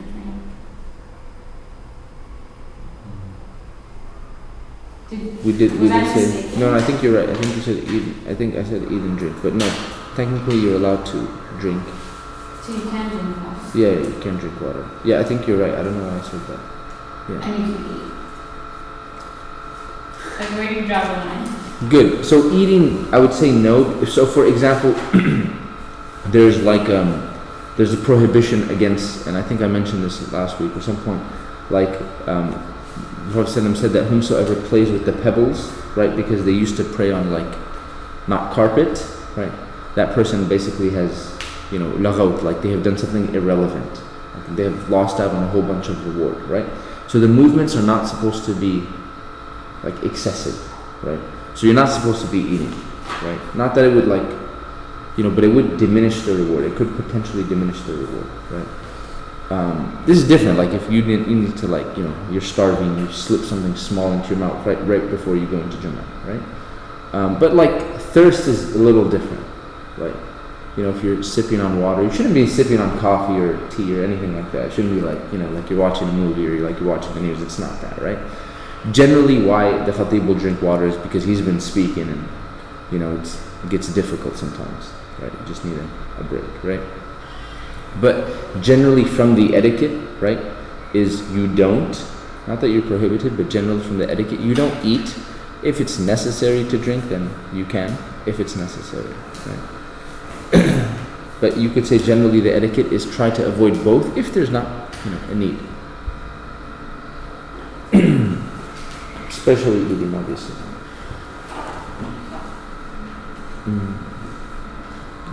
Okay. And then number 11, it says recite the verse Inna Allah wa malaikatahu yusalluna ala nabi, which means indeed Allah and His angels, they send salah and they bless the Prophet. Ya ayyuhalladhina amanu, O you who believe, sallu alayhi wa sallimu taslima, bless him too and give him greetings of peace, right? So it's a kind of a reminder that this is an act that Allah subhanahu wa ta'ala and the angels are doing, so O you believers, do it as well. Now reciting this verse is not mandatory, right? You can do it at the end of the second khutbah, you can do it at the beginning of the second khutbah, right? But the point once again here is advising people to send salat and salam upon the Prophet ﷺ. Make dua for the ummah. You can do so in Arabic and English. A lot of people, they appreciate it when you say in Arabic dua, then you translate it in English simultaneously so they know what they're saying Ameen to. And then usually it's common to end with the verse. Do you guys have it there? Yes. On the next slide. إِنَّ اللَّهَ يَأْمُرُ بِالْعَدْلِ وَالْإِحْسَانِ وَإِيتَاءِ ذِي الْقُرْبَى وَيَنْهَى عَنِ الْفَحْشَاءِ وَالْمُنْكَرِ وَالْبَغْيِ يَعِظُكُمْ لَعَلَّكُمْ تَذَكَّرُونَ. That God commands justice and goodness and giving to relatives and forbids indecency and abomination and injustice, cautioning you that you may be mindful, which is general advice. And the reason that this is said is that this is general advice to the believers, that live a good life, don't commit any injustice, be good to your relatives. And then, what commonly is said, فَذْكُرُونِي, the next slide, فَذْكُرُونِي أَذْكُرْكُمْ وَاشْكُرُوا لِي وَلَا تَكْفُرُونَ, right? That Allah said, فَذْكُرُونِي, remember me, أَذْكُرْكُمْ, and I will remember you. Right? فَذْكُرُونِي is a command.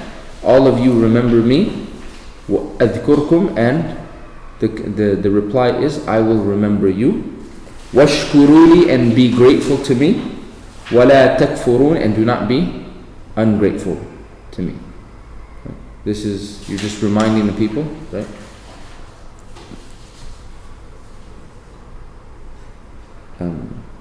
Usually, so the way it's written, فَاذْكُرُونِي أَذْكُرْكُمْ, it's as if Allah Himself is speaking, right?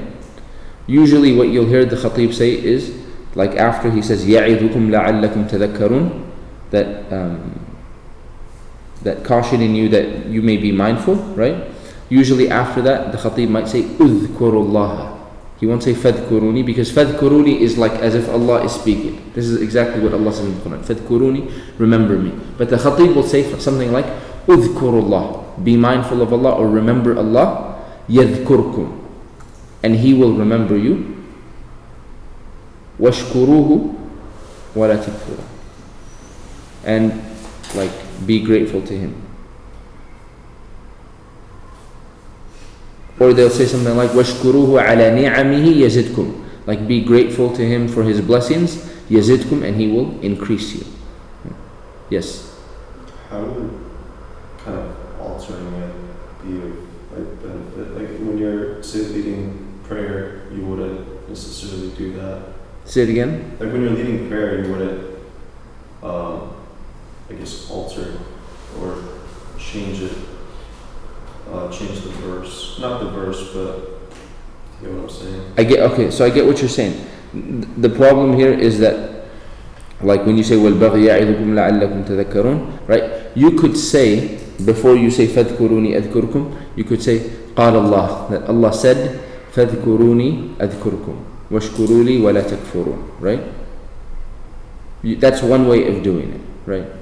Because if you just say it by itself, right? فَاذْكُرُونِي أَذْكُرْكُمْ وَاشْكُرُوا لِي وَلَا تَكْفُرُونَ, like it's like, literally it means you're saying remember me and I will remember you. Oh, right? okay. That's the issue here, right? So if you start with Allah said, or Allah has said, right? See the verse before it, Inna Allah, but that's very clear the way it begins. Indeed, Allah commands such and such. Even the verse before it, Inna Allah wa malaikatahu yusalluna ala nabi, right? But if you just start with fadhkuruni, it literally means, remember me. So you say Allah said, or you can say udhkurullah yadhkurkum, that remember Allah and He will remember you. Washkuruhu ala ni'amihi yazidkum, and be grateful or thankful to Him for His blessings and He will increase you. And then after that you hear commonly the phrase like aqim as-salah, which means like let the salah be established, let the iqamah be made, and then the person leads the prayer. We said in leading the prayer, that is 2 units of prayer that are done out loud. It's sunnah to recite Surah Al-Fatiha and then Surah Al-A'la, and the second rak'ah to recite Surah Al-Fatiha and Surah Al-Ghashiyah, obviously keeping in mind the time and realizing, especially in the society that we live in, people have to get back to work and they're usually allotted a certain amount of time for their lunch break. Any questions? Yes? Sure. Is there anything against raising hands during the dua period?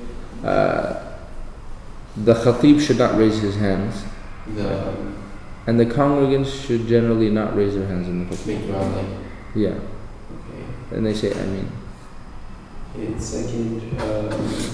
There are situations where the imam, like in certain situations where the imam does raise his hand, like if it's dua for rain, or if it's a dua for let's say you're asking Allah to give victory to some believers that are suffering around the world, right? But for example, rain is a common one, right? If it was asking for rain, then the khatib would raise his hands high.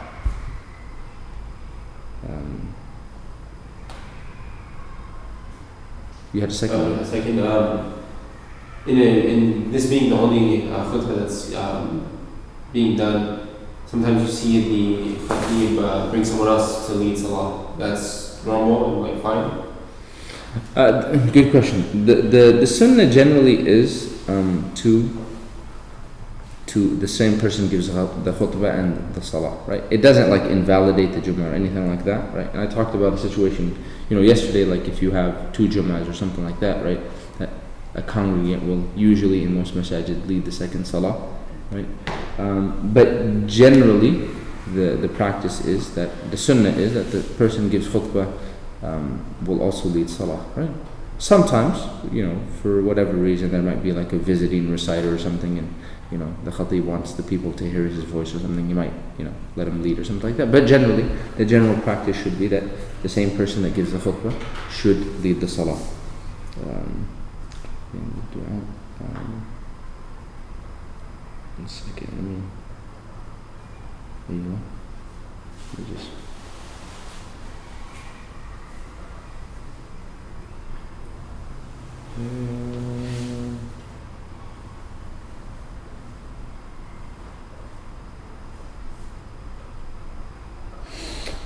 It has been narrated from Prophet ﷺ that like when he would make dua in Salat al-Jumu'ah or in the khutbah of Jumu'ah, that he wouldn't raise his hands, rather he would, they say yushiru bi sabbabatihi, that he would like indicate with his index finger. Like this was his way of making dua in the khutbah al-Jumu'ah, right?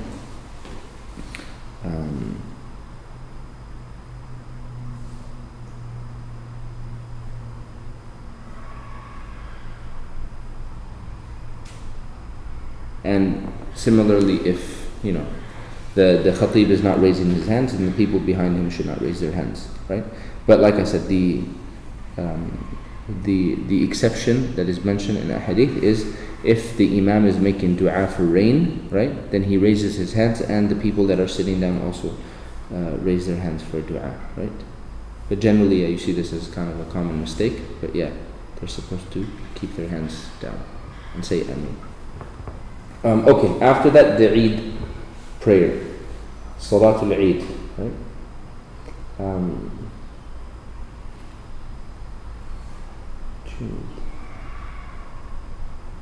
Okay.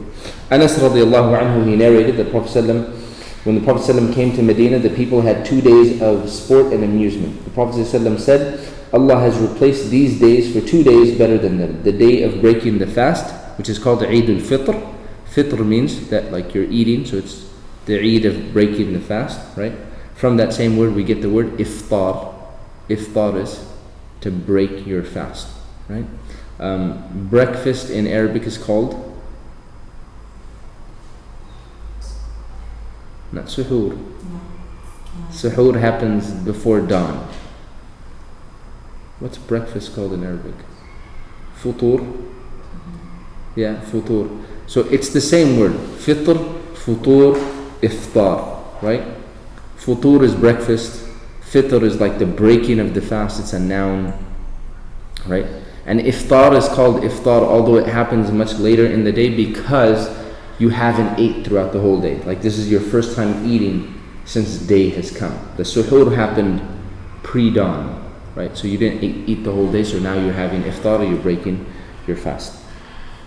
The day of breaking the fast, Eid al-Fitr, and the day of sacrifice, which is Eid al-Adha, right? Adha means sacrifice.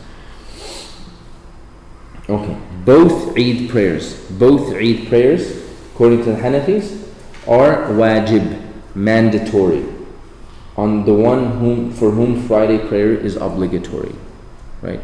So we said Muslim, adult, male, resident, free of sickness, sane, right?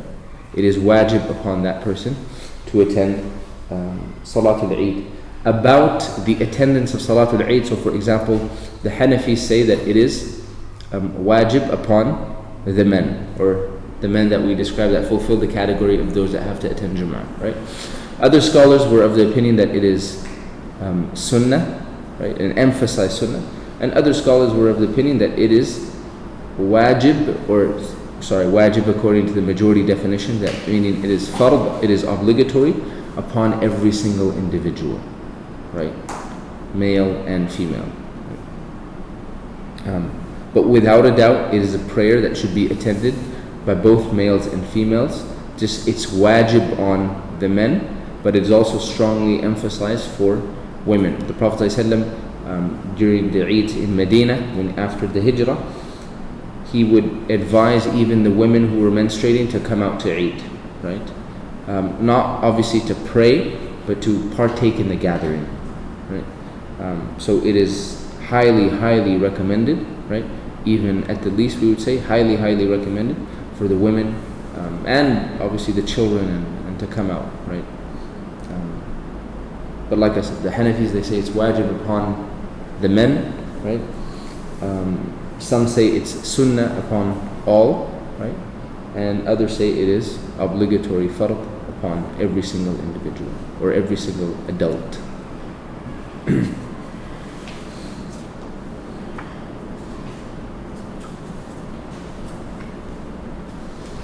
So technically, when we talk about who has to perform Eid Salah, this would be the next slide, right? Once again, Muslim, male, adult, sane, resident, ability to attend. What are some of the sunnahs or the prophetic practices of Eid al-Fitr? Number one, to eat an odd number of dates or something sweet before the prayer for Eid al-Fitr, right? Right, so this is specific to Eid al-Fitr right now. Okay? So to eat an odd number of dates or something sweet before the prayer for Eid al-Fitr. To make sure that you don't go to the Eid al-Fitr prayer fasting basically. You've eaten at least something. Number two, to perform ghusl. To perform ghusl in the way we described. Right. Number three, to apply scent. Number four, to use the siwak or just to clean the mouth and to clean the teeth in general. Number five, to wear one's best clothing. Number six, to give sadaqatul fitr, or which is known as zakatul fitr. Right.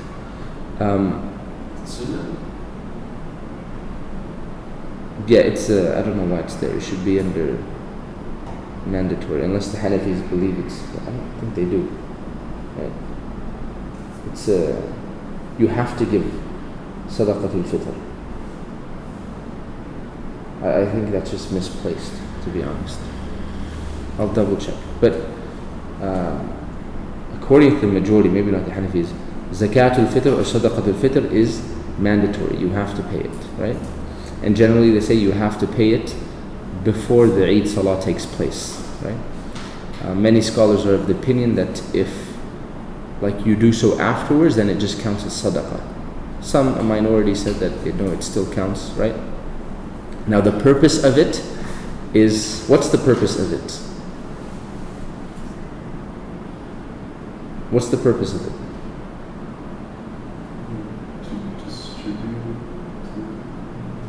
What's the purpose? Individual purpose or communal purpose? Communal purpose.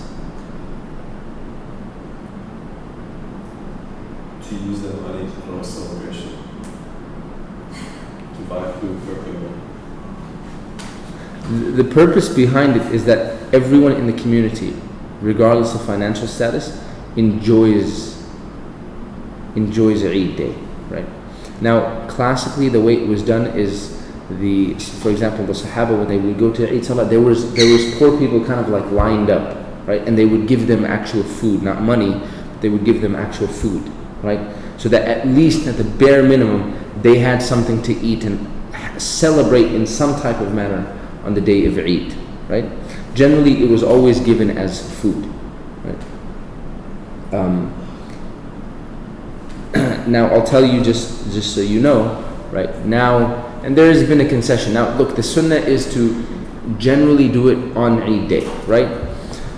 But you find statements of companions and many scholars after them, they allow giving it before the day of Eid, right? And especially that's what scholars now recommend, right? During the times we live in, because for it to reach the poor people, right, it has to be given in advance. Right, we cannot, because the societies we live in, we don't have poor people lined up and whatnot, right? It has to be paid in advance, right? So it can be distributed in advance. I'll tell you what most organizations and most masajid do, right? So that's why, you see from the beginning of Ramadan, IOK has had their, it says Zakatul Fitr or Sadaqatul Fitr, they've had their box out, right? So that people can start giving. What generally organizations do nowadays, right, is all of these organizations, they're paying in advance. What do I mean by that, right? So a masjid, for example, they know that each year they get about $5,000, right, in Zakatul Fitr, right? So what they'll do is at some point in Ramadan, they'll choose their organization of choice, right? Or in certain situations, their families, the families they know that need it, right? And now, generally the Hanafis, they allow for it to be given monetarily, right? and that's kind of the opinion that's taken nowadays. There are still some communities that distribute it actually as food, right? But it's much less common, although that is the preferred way, but it's just much more hard, right? For example, I called just 2 days ago, I called Imam Jihad Safir, who's the Imam at Islah LA in Los Angeles, in the heart of LA, right? And I was like, hey, like we have some Zakat al-Fitr that we need to get to you guys. Like, he's like, yeah, I have a list of families that, like, you know, I give to every year that we take the money and give to, right? So what these organizations are generally doing, like the masajid for the most part, like they know each year we get about $5,000, right? So at some point in Ramadan, maybe at the beginning, maybe at the middle, right? Usually before the end, they'll choose their organization of choice and they'll write them a check for $5,000, right? From their own money, like from the masjid donation money, and just give it, and then they'll repay themselves from the Zakat al-Fitr. Does that make sense? Right? Huh? If they get more, then they just give it, right? But they try to, generally what most organizations do is they try to estimate a little higher, right? Taking into consideration that perhaps they'll overpay a little bit, right? But then generally you develop a trend where for a big organization, it becomes, it becomes minimal, right? I was talking to a relief organization just like yesterday or the day. I was like, how do you guys do it, right? Because we were going to give them the masjid money. They're like, look, we're doing the same thing. We're paying about $150,000 in Zakat al-Fitr, right? And then we're paying ourselves back, right? And then they distribute it before Eid, right? So that, once again, people have something on the day of Eid, right? Because to distribute it now on the day of Eid is very, very difficult. That's why it's advisable to at least, I'd say give it before the day of Eid, right? Perhaps even give it, usually I'd say in the second half of Ramadan, give it, right? So perhaps even the money of that year that you gave it directly reaches the poor people, right? Number 7, head towards the prayer while reciting the takbirs silently, right? The takbirs are Allahu Akbar, La ilaha illallah, Allahu Akbar, Walillahil hamd, right? This is the most simplest form. There are other narrations, from the companions, but this is the most simplest of forms, right? Allahu Akbar, La ilaha illallah, Allahu Akbar, Walillahil hamd. Number 8, to return home using a different route, right? It doesn't mean that you have to take a long way around. It could just try to use a different route, use some different streets, right? Doesn't have to, you have to take a 15-minute detour to, get back home or anything like that. And then number 9, to congratulate one another, right? One of the companions, he narrates that when the companions of the Prophet, they met each other on the day of Eid, they would say the following phrase. They would say, تَقَبَّلَ اللَّهُ مِنَّا وَمِنْكُمْ. تَقَبَّلَ Allah means, may Allah accept, minna, from us, وَمِنْكُمْ, and from all of you. تَقَبَّلَ اللَّهُ مِنَّا وَمِنْكُمْ.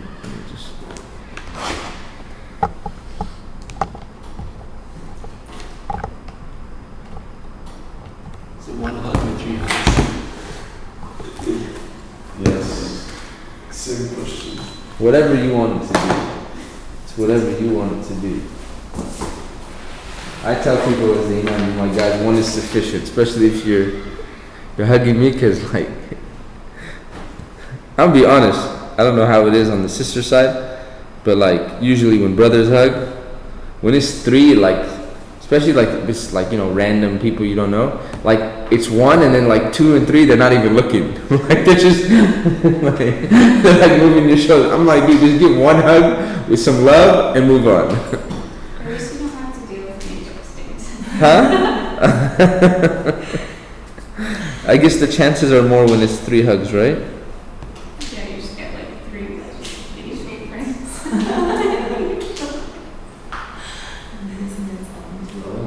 Oh my gosh, yeah.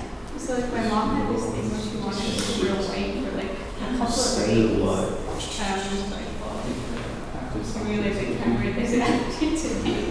So you'd say? Is that what they do? تقبل الله منا ومنكم. Which, as I said, means it's تقبل is a past tense verb, right? تقبل is a past tense verb. Many times in Arabic, like when you're making dua for someone, you'll use, it's very common to use a past tense verb, right? It's a way of making dua, right? Which basically means, although taqabbala means has accepted, right? But when we translate it, we say taqabbal Allahu minna wa minkum, may Allah accept from us and from you, right?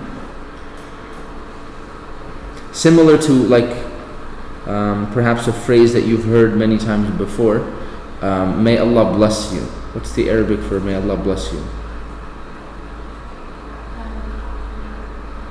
Jeeb, Sarah? I have a few things running through my head right now. It's a very, very common phrase. Starts with a ba. Huh? I say that Allah barik feek. Okay, so Allah barik feek is technically the improper way of saying it. Like it means the same thing. Okay? It means the same thing, right? But generally when you make a dua like that, you use a past tense verb. I'm not saying it's wrong, but it's not generally like grammatically it makes sense, but it's not used for Allah barik feek, right? The proper phrase is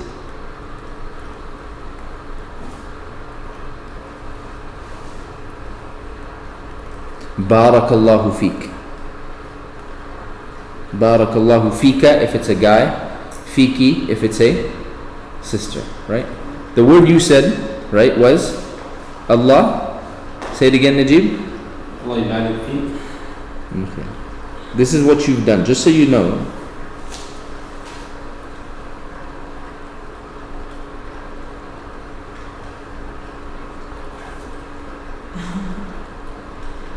Allah yubariku fika. But obviously when you say it like that, you don't even put ku, you say Allah yubarik fik, right? So first of all, you've made it a jumla ismiya, which is fine, that's fine, right? You've made it a jumla ismiya by starting with the phrase Allah. Instead of saying baraka, you've said yubariku, which is the mudari of baraka. Yubariku is the mudari of baraka. And then fika has come at the end again, right? But like I said, generally when you make dua like that for someone, you use the past tense verb, right? So, and you say barakallahu fik, right? Anyone know the response or how you could respond to that if someone said that to you?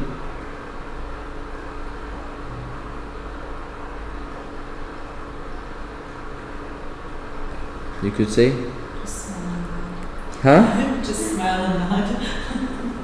Say Do the same thing. wafika, wafika, or if it's a sister, wafiki, right? And this comes in a narration where Aisha, I believe, she was told barakallahu fika, she responded with wafika. Right? Knowing these phrases is very important. Like we interact on a daily basis, how to respond properly, right? For example, you might hear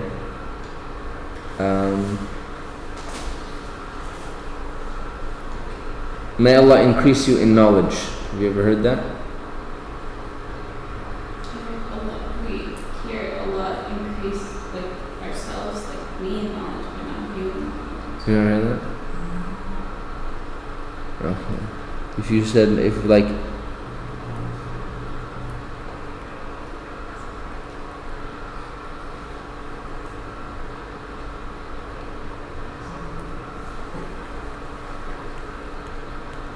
زادك الله علما. Zada means to increase. This kaf right here is you're the object, right? So you're saying زادك الله علما. May Allah increase you in knowledge, right? One of my teachers, one of the Quran teachers in Egypt, right? Every time I'd finish reciting to him, right? And I didn't know, like I would just have to recite and I wouldn't know where he wanted me to stop, right? When he wanted me to stop, he would simply say,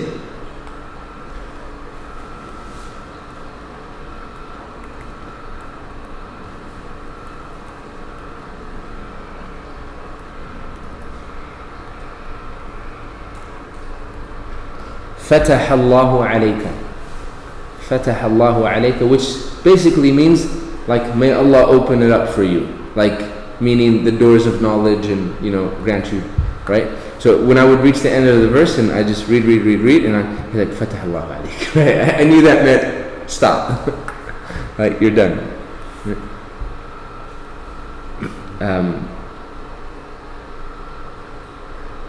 We also say the same thing when you did it. Huh? Like, isn't it? Although going back, you do find some things.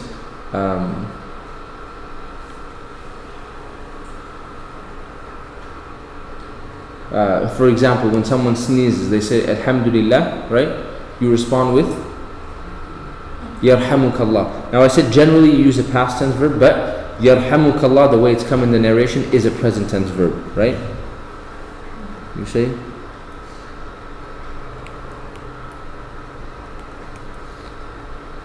Yarhamukallah, right? Yarhamukallah, the kaf once again is you. Yarhamu means to have mercy, and Allah is the one you want to have mercy upon that person. So you say Yarhamukallah. Clear? Well, why wouldn't it be Allah? Huh? No, because Allah is the doer. Tell would mean like you're telling the person, have mercy on yourself. Oh, yeah. Oh, okay. Get it? Yeah. What do you respond with when someone says Yarhamukallah? Huh? Say it fully. Sarah. Again? I think you said a word and then you dropped it. And the second time you said it. Yahdi. Okay, Yahdikumullahu.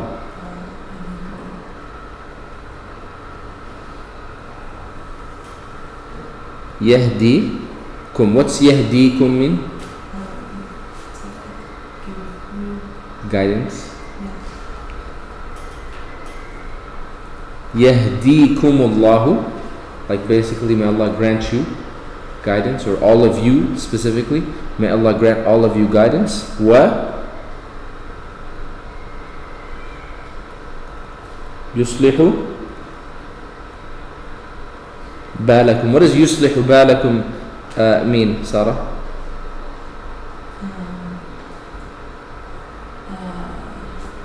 Like have a general idea about Give us the general idea.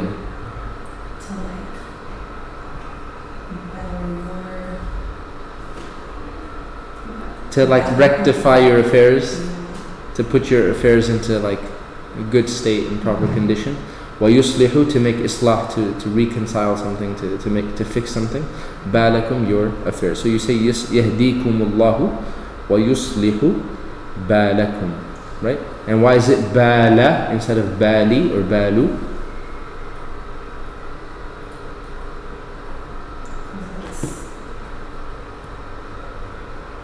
Like, why this?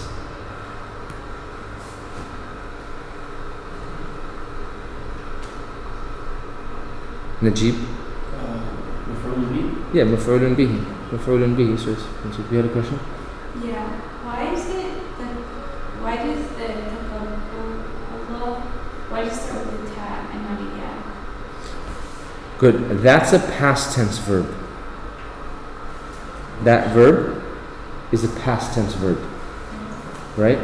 So, like for example, when we have past tense verbs, right? They start with whatever letter they want to start with. It doesn't matter. Wait, because doesn't that mean feminine?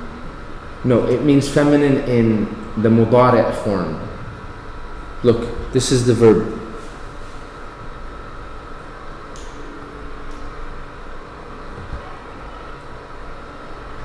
Taqabbala, the mudari' is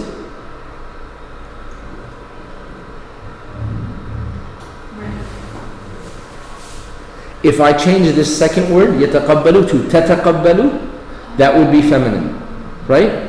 But taqabbala, this over here, is just part of the verb. Because this is on the pattern of anyone? No? What's, huh? No. The ta is, تفعل. look, not tafa'ala. Huh? Tafa'ala.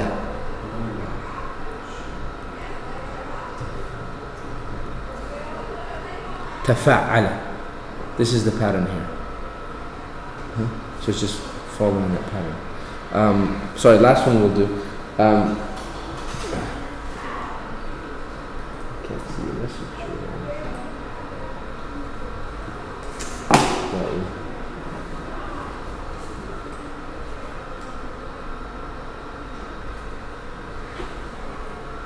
So it's يهديكم الله ويصلح بالكم.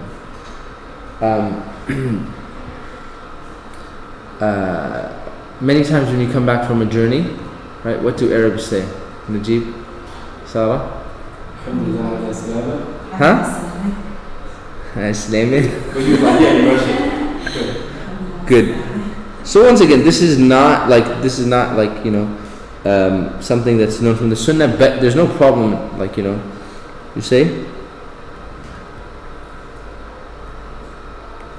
Alhamdulillah ala. So you either hear As-salama, Alhamdulillah ala salamati, which means praise and thanks be to Allah for like wellness, for goodness, right? If you want to make it more specific, you can say Alhamdulillah ala salamatika, adding a pronoun. You guys get the difference? As-salama is general, like well, which means the same thing. But salamatika is Alhamdulillah, praise and thanks be to Allah for your well-being, for your safe arrival, so on and so forth. You guys have heard this before, right? How would you respond to this? You ever heard this before? Anyone ever say it to you? Which one? Alhamdulillah ala salam or ala salamatik. We would say Allah Sunday. Huh? Allah Sunday. Allah said, good, right? So you're doing the same thing. Once again, the better way of saying it is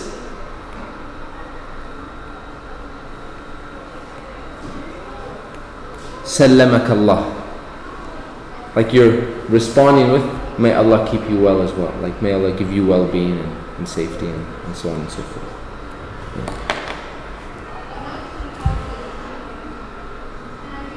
Since we're going over phrases, we do the Eid phrase. Is there's like congratulating, where you the name Eid. I've heard different things. So the common is I wrote it, right? Yeah. تقبل الله منا ومنكم, right? You wrote that, right? تقبل الله منا ومنكم. Another thing you might hear, so that's generally what should be said, but stuff you might hear, which is fine to say as well, is you might hear something like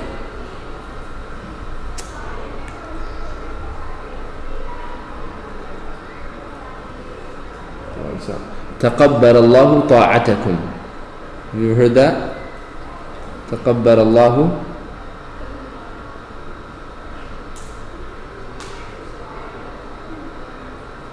طاعتكم.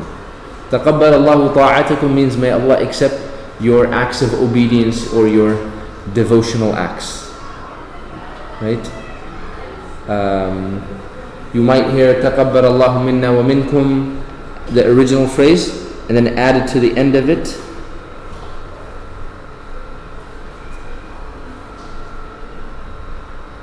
صالح الأعمال, which means like the righteous actions. May Allah accept from you and us صالح الأعمال, the righteous actions. I can't think of other ones that I've heard. Oh yes, sorry. كل عام وأنتم بخير. كل عام وأنتم بخير. Right? كل عام, every year, وأنتم بخير, may you be in a good state. كل عام, every year, وأنتم بخير, may you be in a good, well state. Right? A good state of iman, good state of health, so on and so forth. Okay, then we go into the sunnah, the prophetic practices of Eid al-Adha, right? Number one. So number one is the opposite of the sunnah of Eid al-Fitr, right? is delay eating until after the prayer. So you're kind of going into the prayer in a state of kind of fasting. Number 2, same thing, perform ghusl. Number 3, apply scent. Number 4, use the siwak or something similar for cleaning the mouth and the teeth. Number 5, wear one's best clothing. Number 6, head towards the prayer while reciting the takbirs loudly. Right. This is different than the sunnah for Eid al-Fitr. Now, specifically for Eid al-Adha, you guys have this. The timing for takbir, like when does it start? It starts from the Fajr on the day of Arafah. The day of Arafah is the 9th of Dhul Hijjah, the day before Eid al-Adha. So it starts on the Fajr of the day of Arafah until the time of Asr on the 13th of Dhul Hijjah, which is a total of 23 prayers. 5 on the 9th, 5 on the 10th, 5 on the 11th, 5 on the 12th, that's 20, and then 3 on the 13th, right? The 11th, the 12th, and the 13th, yesterday I think it was, or the day before, we went over a kind of Hajj, right? We said the 9th is known as Yawm Arafah, right? The 10th, anyone remember what it's known as?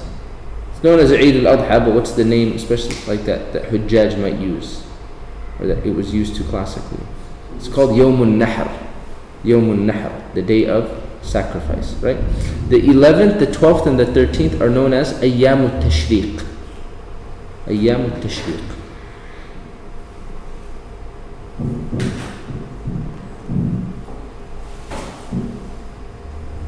The 11th, 12th, and 13th? Yes. The days of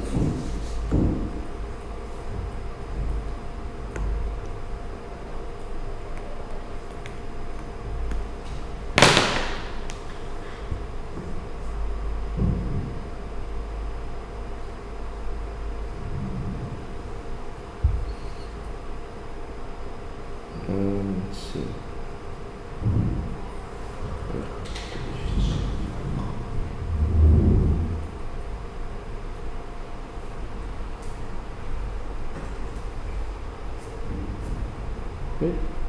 And these are known specifically for the day of Eid al-Adha, the 11th, the 12th, and the 13th. They are known as like Ayyamu aklin wa shurbin, like days of eating and drinking. Like they're supposed to be days of enjoyment.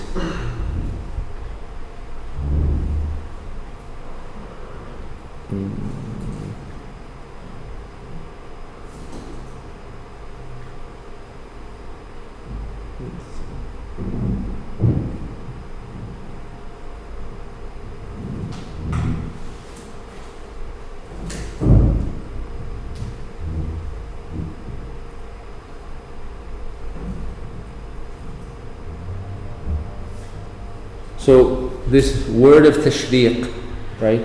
This word of tashriq, scholars have differed why it was called Ayyam al-Tashriq, right?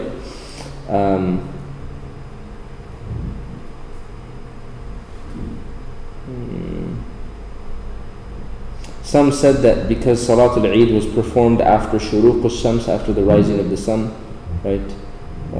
And other reasons, right? But generally these, the 11th, the 12th, and the 13th after Eid al-Adha, the 13th, they're called Ayyam al-Tashriq, and they're like supposed to be days of enjoyment, eating and drinking and so on and so forth, right?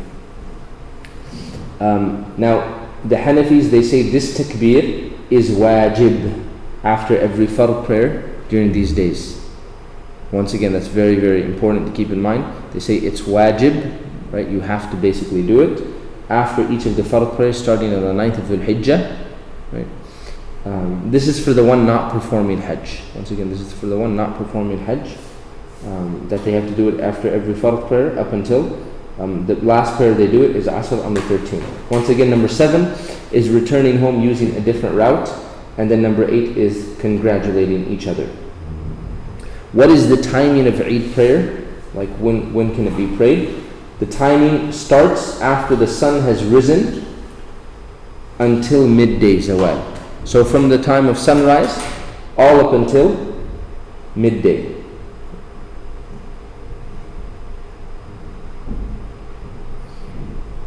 and it can be delayed until the following day. And that's specific to Eid al-Adha. Eid al-Fitr cannot be delayed. Eid al-Adha can be delayed till the following day. And the sunnah is to generally pray it right after the sunrise, right? That's why you find most places also for Eid, they pray at like 7, 8, so on and so forth. Does it have to be in Jama'ah? Huh? Does it have to be in Jama'ah? Yes, it is. It is only congregational. It is only congregational. Right? How is it prayed? This is the next slide. It is a 2-unit prayer in which the imam recites out loud, and in which it is wajib to pronounce 6 additional takbirs. Right. So once again, this is a salah in which the salah goes before the khutbah as opposed to salat al-jum'ah, right? But similar to Jum'ah salah, in both units of prayer, the imam recites out loud. What is to be read? It is sunnah, once again, to recite Surah Al-A'la in the first rak'ah and Surah Al-Ghashiyah in the second rak'ah.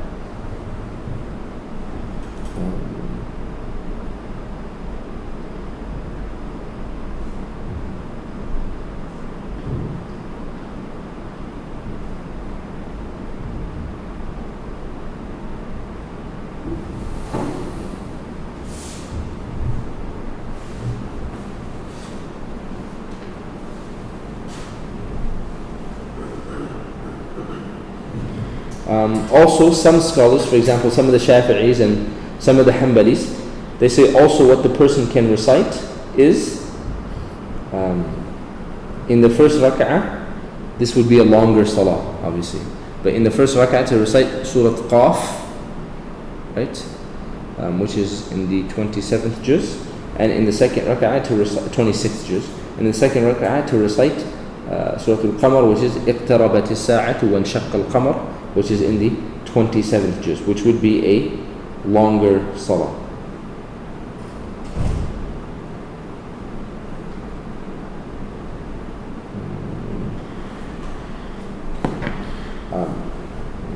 Where do we go? Okay, 6 additional takbirs. Now, what you've most commonly seen probably is how many? Anyone know? Very few places nowadays, especially like in North America, do 6. They do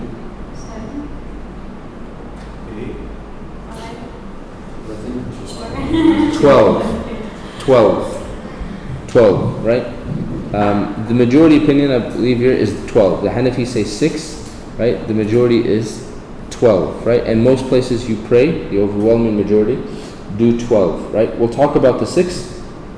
So how are these 6 takbirs done, right? There are 3 additional takbirs that are recited after the first takbir, after the tahrima. So the imam, he says Allahu Akbar. After the Allahu Akbar, sunnah is to recite the thana or the dua ul-istiftah, subhanak Allahumma wa bihamdik wa tabarak asmuk ta'ala jadduk wa la ilaha ghayruk, right? And then the imam will say Allahu Akbar again, first time, right? The Hanafis say that you, after this first additional takbir, say Allahu Akbar, you raise your hands and then you drop them. You don't fold them, you lower them, right? And then you make a second takbir. Once again, you drop them. And then after the third takbir, you fold your hands and the imam begins the recitation, right? The other madhahib, the other scholars, they say over here it's not 3, it's 7. So perhaps that's why you remember doing a lot, right? It's 7.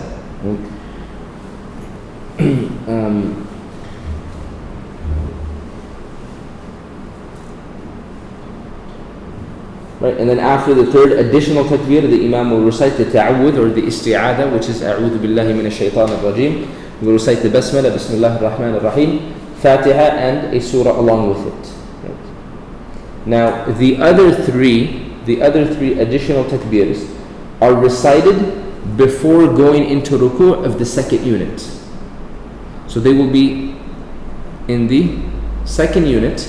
After ruku', after the imam, let's say, finishes reciting Surah Al-Ghashiyah, you say Allahu Akbar, raise his hands, drop him. Second time, raise his hands, drop him. Third time, raise his hands, drop them, right? And then make a takbir to go into ruku'. Clear? So it's 3 additional, and then the takbir to go into ruku'. Like I said, the other madhahib, the Shafi'is and the Hanbalis, they say it's a total of 12, right? The way they do these 12 are, instead of the first 3, they do how many we said? 7. And in the second unit, they do 5, but they do 5 before the recitation of Surah Al-Fatiha. Clear? So after they get up from the second sajda of the first rak'ah, they get up to the second rak'ah, the Imam, he says, Allahu Akbar, 5 additional times, and then starts the recitation of Fatiha and Surah Al-Ghashiyah, right? And now, like mostly in North America, like this is the way you'll most likely see it done. You'll see the 12. There are still some places that do the 6, but both are valid opinions, both are attributed back to the Prophet ﷺ. The khutbah. After the prayer, the Imam will deliver 2 sermons with a short sitting in between, just like the Jumu'ah khutbah, right? What is the purpose of it? To once again to remind the believers to make dua, to advise them to have taqwa, right? Also from the wisdom of the khatib here would be to generally to keep it short, right? Realize people just want to celebrate, right? So keep it short, but yet concise and powerful, right? Remind the people with something good or to continue. Usually, see, Eid al-Fitr comes after 29 or 30 days of Ramadan, and Eid al-Adha comes after 9 days of Eid al-Adha, which are the best days of the year, which people are encouraged to increase in their actions of worship, right? So the general advice is to, increase in their actions of worship, or to continue to do something small, even if it's, to do something consistent, even if it's small, right? And then after the 2, basically the second khutbah, it basically ends, right? According to the majority, that like the khutbah is sunnah. So if someone were to just kind of attend the salah, then that is sufficient. And if they left after that, right? But it is advisable, obviously, highly recommended to stay for the khutbah as well. Any questions about that?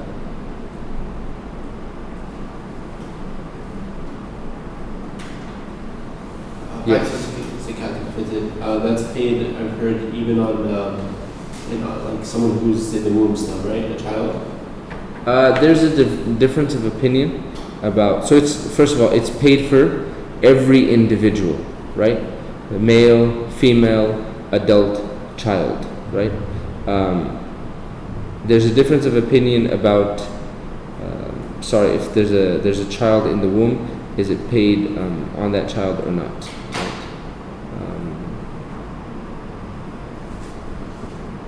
I believe the majority opinion is that it is not.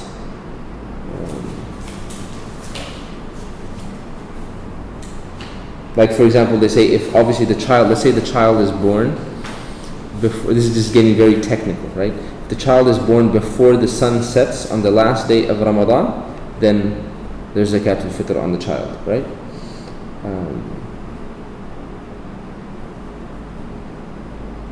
But if it's after that, then it's not.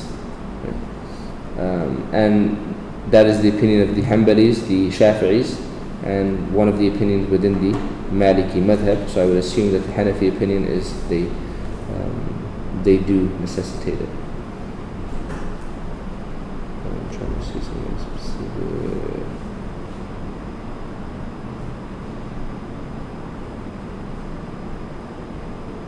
But one thing they do say, like even the scholars, they say, because we're talking about technicalities, is it mandatory, right? But they say because of an action of Uthman, that Uthman did it when he was expecting a child, they say that it's perhaps at least recommended to do so on behalf of a child that's in the womb. But like I said, the majority of scholars say it's not mandatory, but they will say it is recommended for the child that is in the womb. Anything else? No? Okay. should we start prayer of the traveler or should we do some Arabic?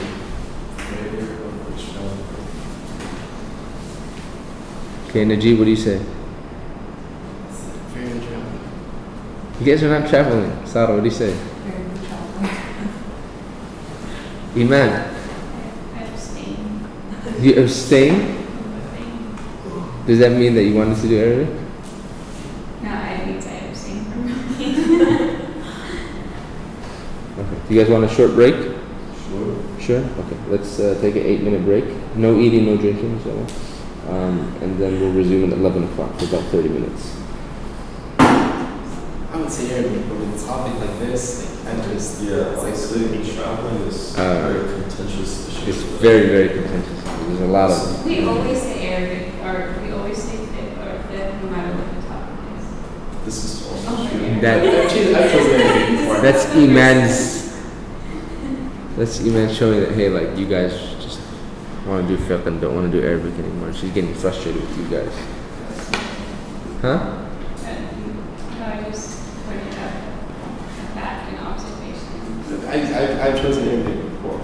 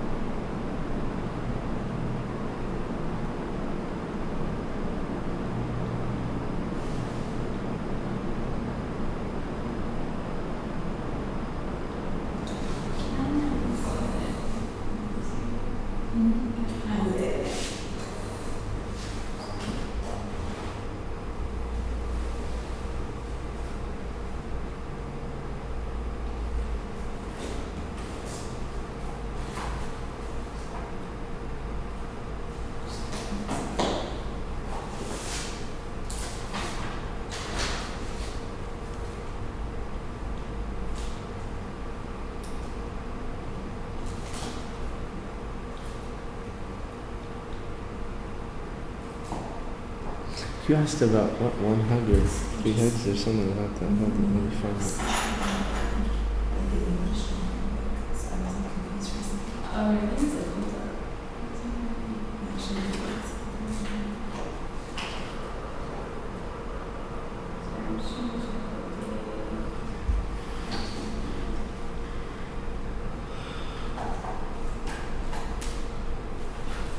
How long do you need to stay for you?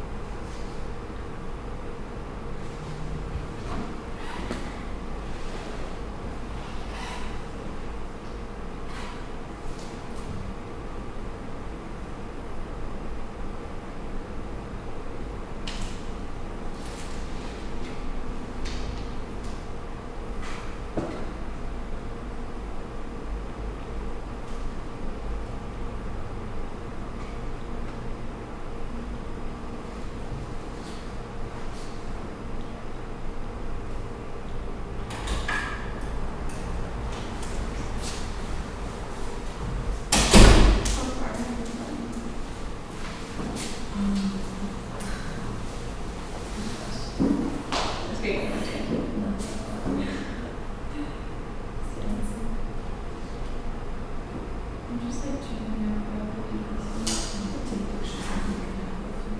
Oh, no.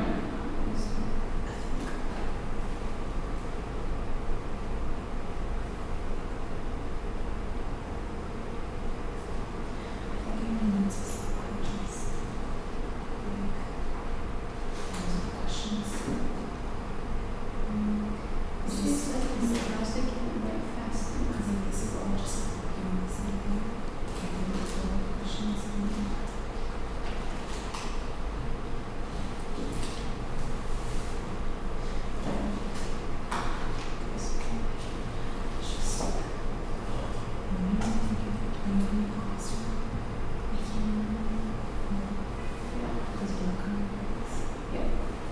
I mean, oh, I think just leave it in there, yeah.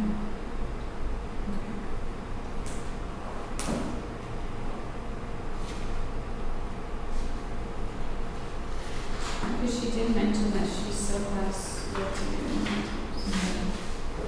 She really needs it.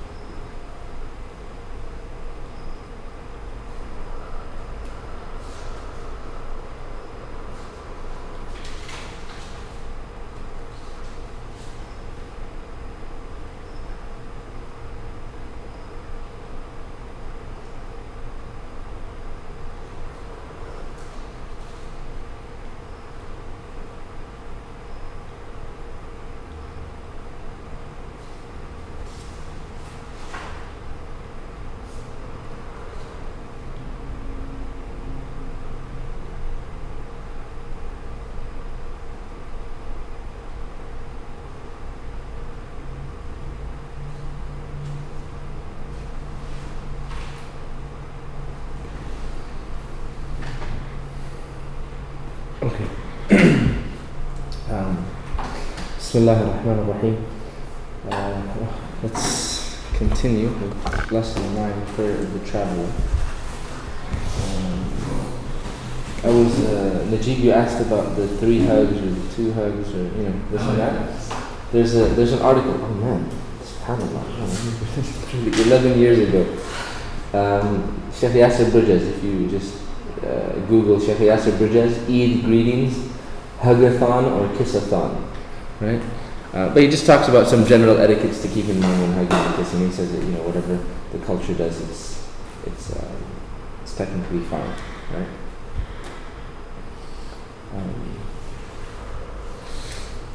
Okay, prayer of the traveler, right? When a person is traveling in the Sharia has allowed for certain concessions in acts of worship to make it easy upon the person. Allah does not want to overburden the person or make things unnecessarily difficult, right? So that person is given some concessions in order to facilitate ease. And traveling itself is considered a difficulty, right? Even with modern modes of transportation, as easy as it's been made, it's still, there's difficulty attached to it, right? Going from different time zones, whether you're in a plane or whatever the case may be, even though you're going faster, right? It throws a person off their schedule, right? the Prophet ﷺ, he said, السفر قطعة من العذاب, that travel is like a piece, it's a type of punishment. And then he explained that it deprives a person of their sleep, their food, and their drink. And that's why when they travel, certain rules change. Right? Allah subhanahu wa ta'ala, He says in Surah An-Nisa that and when you travel throughout the land, there is no blame upon you for shortening the prayer, especially if you fear that those who disbelieve may disrupt or attack you. Right? Now, obviously that is not a fear most of the time. People travel now, and someone came to Umar ibn Khattab after the death of Prophet ﷺ, and they asked Umar ibn Khattab, like, we read this verse, but why do we shorten our prayers? We don't fear. Like, maybe during the time of Prophet ﷺ we did, but now we don't, right? And Umar basically told him that this is the same question I had, and I asked the Prophet ﷺ, and the Prophet ﷺ said that this is a concession that Allah has given to us, so accept Allah's concessions, like take them.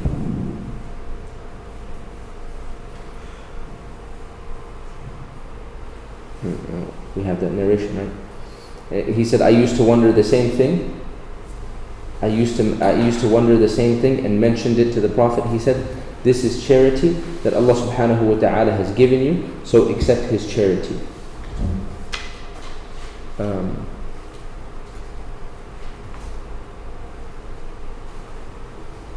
What are some rulings that change, right?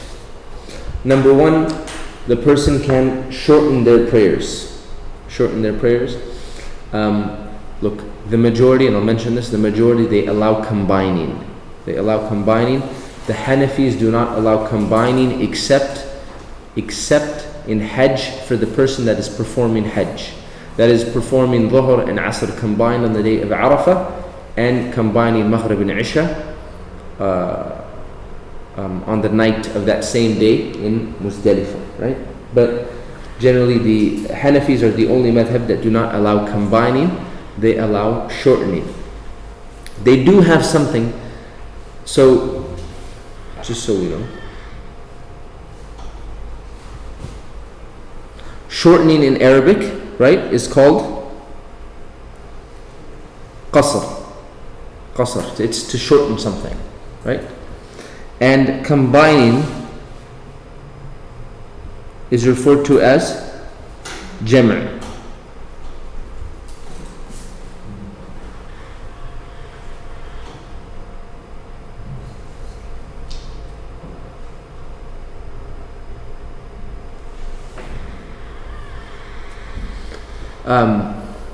Okay, so really quickly, I'm going to go on a tangent, it's related, right? The majority that allow jam', there's two types of jam', okay? There is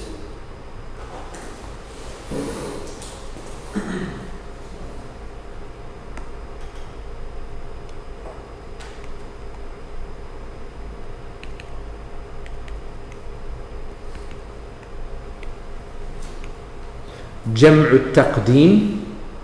Jam'u Taqdeem is praying, so the prayers that are allowed to be combined are Dhuhr and Asr together, and Fajr and Isha, Maghrib and Isha. Fajr can't be combined with anything, and Asr cannot be combined with Maghrib. It's Dhuhr and Asr together, and Maghrib and Isha. Okay? Jam'u Taqdeem refers to praying both prayers in the timing of the first prayer.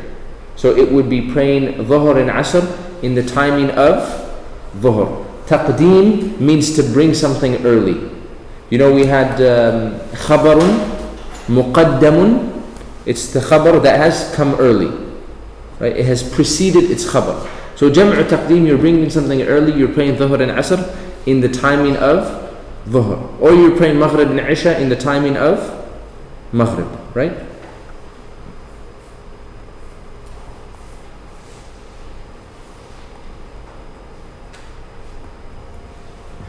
The other is called Jam'u Ta'khir.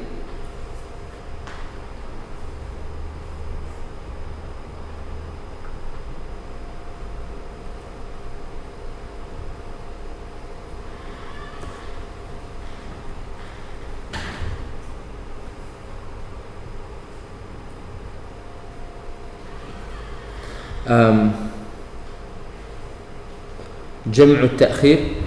جمع التأخير is the opposite. It is combining and praying both of them in the later timing, right? So this would be praying Dhuhr and Asr in the timing of Asr, and praying Maghrib and Isha in the timing of Isha. Is that clear? Dhuhr and Asr in the timing of Asr, and Maghrib and Isha in the timing of Isha. Okay?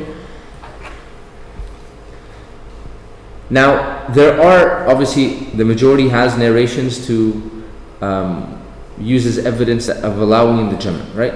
How do the Hanafis interpret those texts? They basically say it's Jam' Suri. So this is the third one or the second? This is what the Hanafis, Okay. right?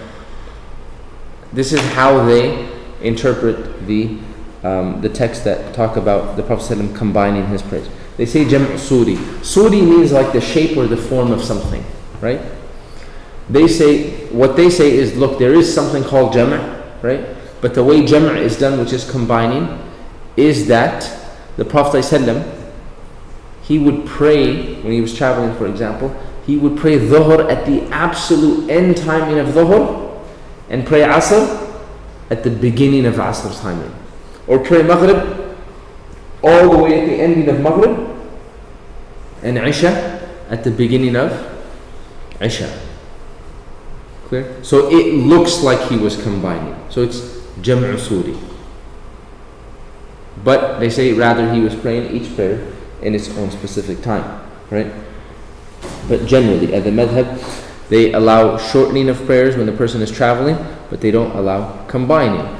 That being said, I told you guys of my experience of traveling with Shaykh Farhan, and him combining, and he's fine with it. Others within the Hanafi madhab are not, right? Shaykh Farhan, he realized, look, this is a valid difference of opinion. You have a majority allowing it. He has no problem in doing it, especially if it's going to result in the removal of undue hardship or unnecessary difficulty, right? Like I said, when we were traveling, we had to combine Dhuhr and Asr. He actually led Dhuhr and Asr, right?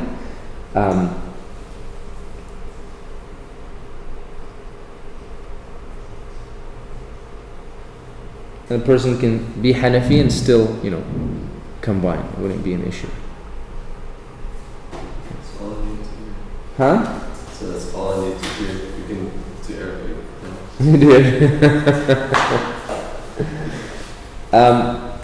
Number two. Number one, going back to shortening the prayers, this is generally seen as the person should do it. They shouldn't even pray the full thing. Right? They shouldn't pray the full thing. Like the devotional act should be done as shortened. What do we mean by shortened? That the 4-unit prayer is prayed as 2. And Fajr and Maghrib would remain the same. 2 units and 3 units. But specifically Dhuhr, Asr and Isha are made into 2-unit prayers. Number 2, the person is excused from fasting. Sorry, going back. So for the Hanafi, shortening, they actually say it's mandatory to shorten the prayers. Because they say this is a concession that Allah has given and that you have to take it. Right? Other scholars, they say that the best thing to do is to shorten, right? But it's permissible to pray the full thing. But you could say everyone is in general agreement that the preferred position is to shorten. Do they mention Hanafis, at least when you're in a Musalla and you're about to pray Jama'ah, how So no, when you're prioritize shortening? when you're praying, good question. When you're praying behind an imam who's a resident, then you pray what the imam is praying. When you pray behind an imam who's a resident, then you pray what the imam is praying. And then, so say for instance, as Dhuhr Salah, you can right after pray 2 rakats fasting. Yes, if you were traveling, yes, by yourself, yeah. Or if there was other people that were traveling with you, yeah. If you were taking the majority opinion on that issue. Okay. Shortening is not optional.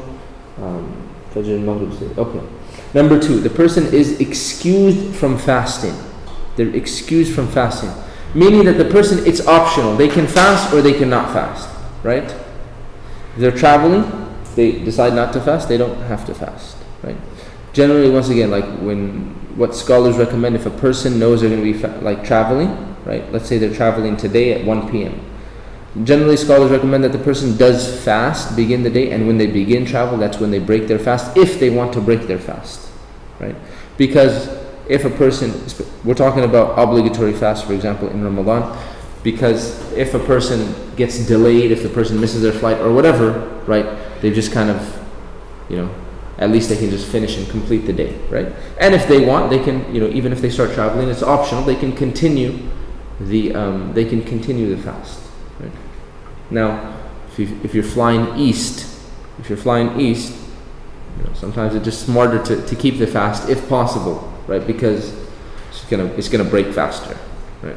That's all that's gonna happen. If you're flying the opposite way, right, it's gonna make it long, right?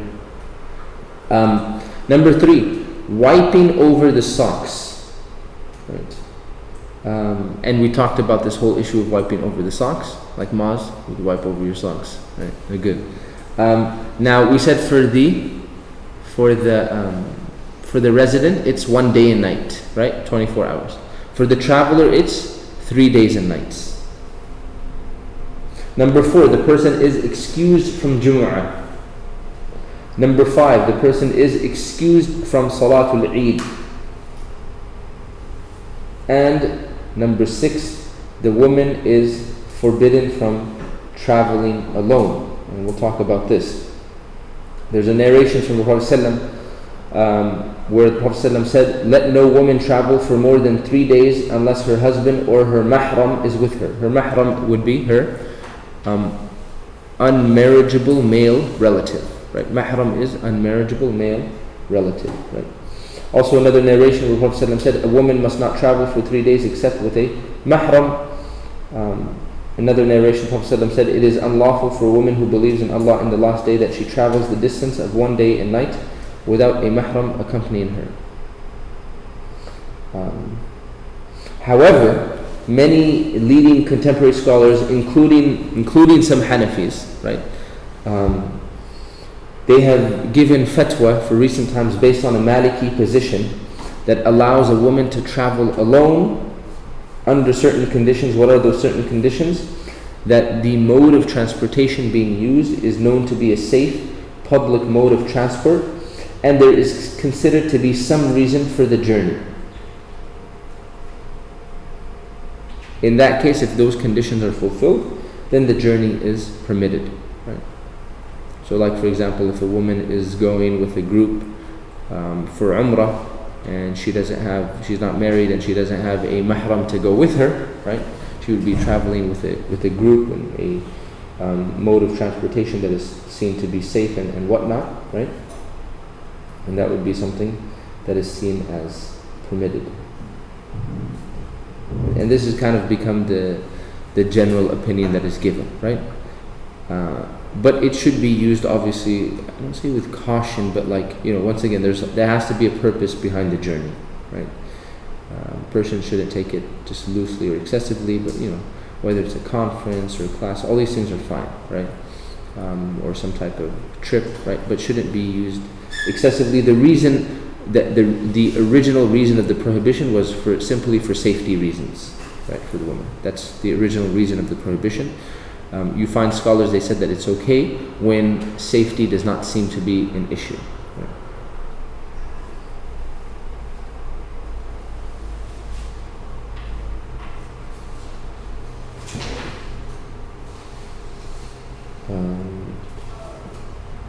They say they put certain conditions, like 1, she is not alone and her traveling companion is a trustworthy and righteous friend. The safety and security of way is assured in some way, and she is not left alone with a stranger at any time. Right? Meaning a stranger as in a person that is of the opposite gender, is not her husband or not a mahram. Clear? Are we good on that? Any questions? No? Okay. What is considered travel? What is considered travel? Good. The minimum period of travel whereby these rulings would take place was classically defined as a camel journey of 3 days. That has been calculated to approximately, now this is the least distance, this is the minimum distance, right? That has been calculated approximately as 48 miles. That's why you kind of hear this, hey, like it's more than 48 miles, so I'll be traveling, so on and so forth, right? And a lot of the scholars, they took this and they applied these miles and they said that, look, anything 48 miles or above is considered travel. Realize this entire chapter of safar, traveling, prayer, when is a person considered a traveler, can they shorten or combine, how many days can they shorten and combine for? There is a lot of difference of opinion in this entire chapter. Like this is within prayer, there's so much difference of opinion here, right? On many of the issues, right? We just talked about, for example, can the person combine or not, right? Now this is a second issue of when is a person considered a traveler? What is the least amount? Many scholars nowadays, and you heard, they say 48 miles, right? So even if, for example, I asked Sheikh Farhan this, right? Like, hey, let's say someone travels from, I don't know, Corona to somewhere in the valley on a daily basis, right? And their drive to work is 48 miles, right? I said, are they considered a traveler? Like, do you consider them a traveler? He said, yeah. So basically, what that means is they can shorten their prayer. What that also means technically is that they can not fast, but they would have to make it up. They would still have to make it up. So I mean, kind of that one, you know. But it does allow them, for example, to shorten their prayer. Now, there is a minority position here, right? The minority position is that it is not necessarily by distance, rather it is by, not time, but rather like the state of the person.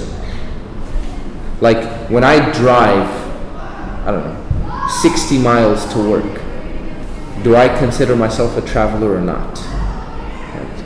So they say it's based on the state of the person. They say, so generally you find, like for example, the madahib, the four major schools of thought, they applied this, some type of distance, some type of miles, or some type of distance that was translated into miles. Other scholars, and this is the minority position, but this is the position I take, right? That, like, look, for me, someone drives to Corona, drives to LA or the Valley, and they do it every single day, that person's not a traveler. That person is going to work, right? A traveler, they make certain preparations, even if it's a short travel, right? They'll, tell someone to watch over their house. They'll tell their family, hey, we'll see you. They'll pack some clothes with them, at least a spare, spare set of clothing, right? There's certain things that go along with traveling, right? Does that make sense? So the minority position said that, look, if the person is like traveling, they consider themselves a true traveler, then that person is a traveler, regardless if they go 30 miles or they go 348 miles. Does that make sense? Right? And that is personally the position I take. Like, so if someone asks me personally, hey, I live here, I work here, say don't combine and don't shorten. Like, don't do it, right? You're not a traveler. But valid difference of opinion. Shaykh Farhan, I asked him, I said, look, in my opinion, the person is traveling. They can shorten their prayers, right?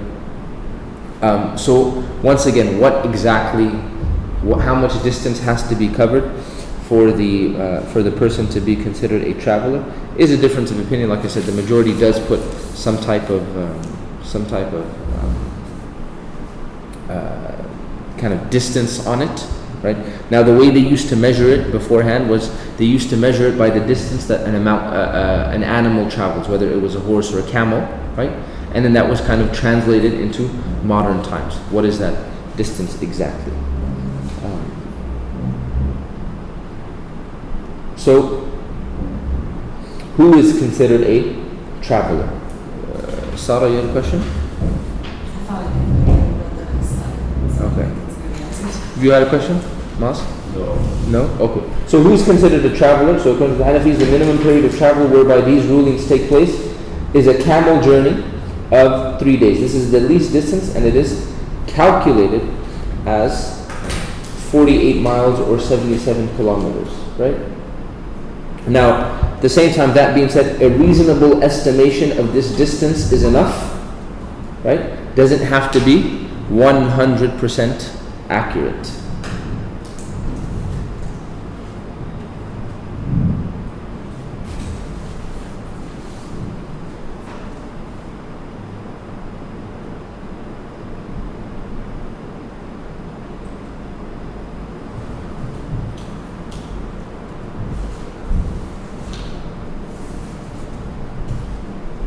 And the Hanafis, their reasoning is that the Prophet ﷺ, he set a particular time limit in place. For example, the one who is like for example, if you want to wipe over your socks and you're a traveler, right, you're allowed to do so for 3 days and nights, right? Also the hadith of the woman traveling, he said that it is not allowed for a woman who believes in Allah on the last day that she travel for a distance of 3 days without her father, son, husband, brother, or any mahram, right?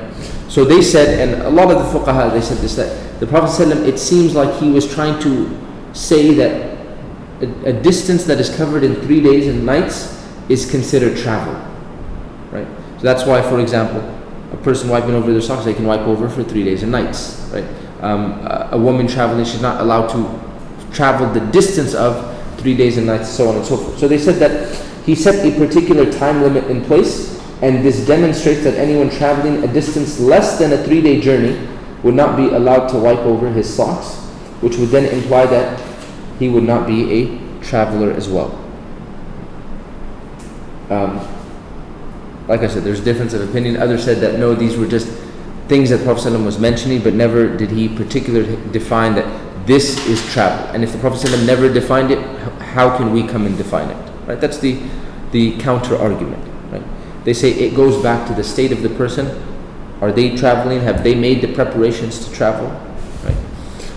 Sometimes you'll have like family, like in the South Bay area, they're going to visit someone in Quran. Let's Google. Oh, it's 47 miles. La ilaha illallah. Can't combine and shorten today or not shorten. I'm like, dude, you're not traveling. Like you were gonna go and come back in a few hours. You're going for dinner. You're going for lunch. You're going and coming back. Like you're gonna be comfortable there, right? It's just gonna take you a little longer to drive over there. Right? So the first opinion states that kind of the time frame should be more than 3 days, less than 15 days. No. I'll get to the 15 days. That's different, right? But they say more. It has travelers. They say the distance of the journey is something that is covered over 3 days and nights. Okay. When they look at that distance, they say how much could an animal during that time travel? Okay. During that time, they say 48 miles. Okay. So they apply the 48 miles. They don't apply the 3 days and nights, right? Which we could switch it and say, hey, rather it's not about the distance, rather it's about the time that is covered, right? But the Prophet ﷺ does say the distance that is covered, right? And that is a proof that they use. He says the distance that is covered in 3 days and nights. There's a difference of opinion on whether it should be determined by time, because you're saying that because of the wiping of the socks and the restriction on women. So for example, the Prophet ﷺ said, it is not allowed for a woman who believes in Allah on the last day that she travel a distance of 3 days without her father. They took that phrase, travel a distance of 3 days. They said the Prophet ﷺ is defining what is considered travel. He said it is a distance that is covered in 3 days.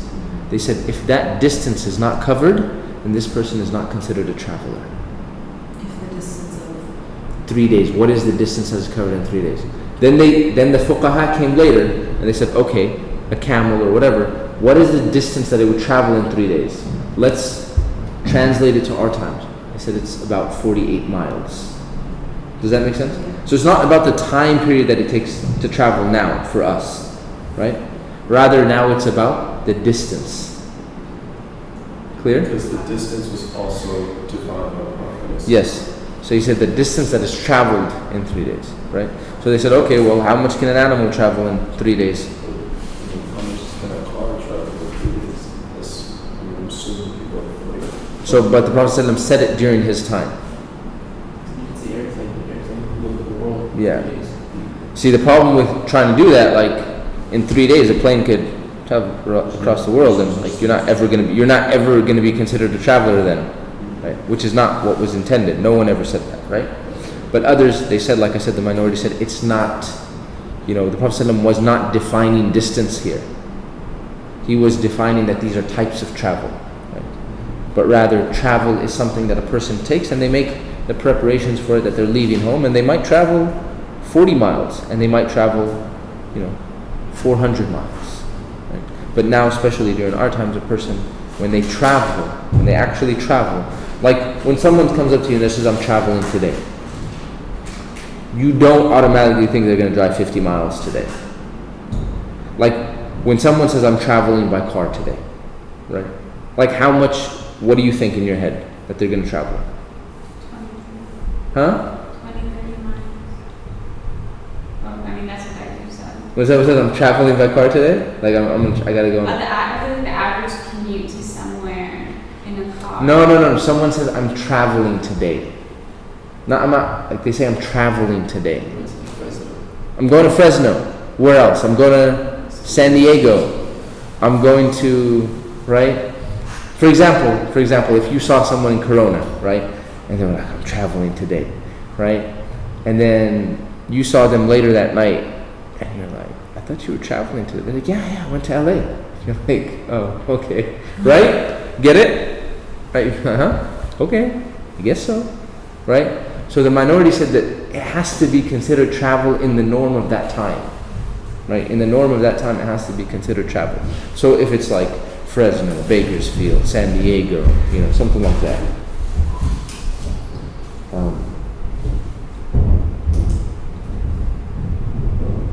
Okay, then we go into specifically who is considered a travel, right? So one is that they have to travel for at least 48 miles. And the second is that they have to stay there for at least 15 days. That's going to get complicated, so we're going to continue that on Monday. We'll continue that on Monday. There's difference of opinion there, right? Oh, lesson 9 is short. Okay. We'll continue that on.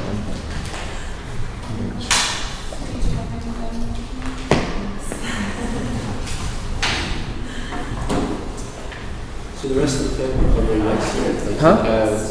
Yeah.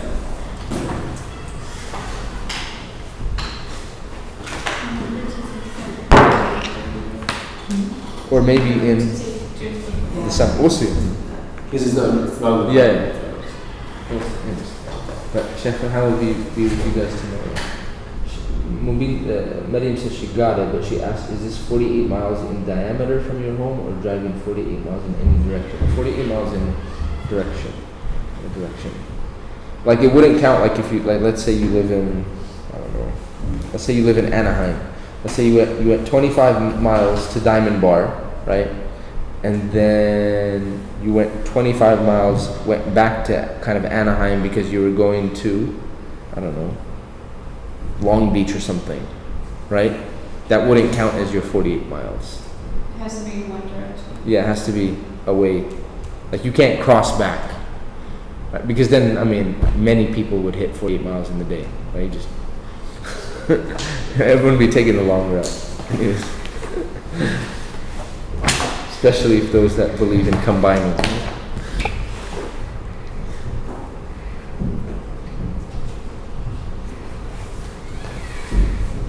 And remind me on Monday to talk about those that talk about combining or say that you can combine.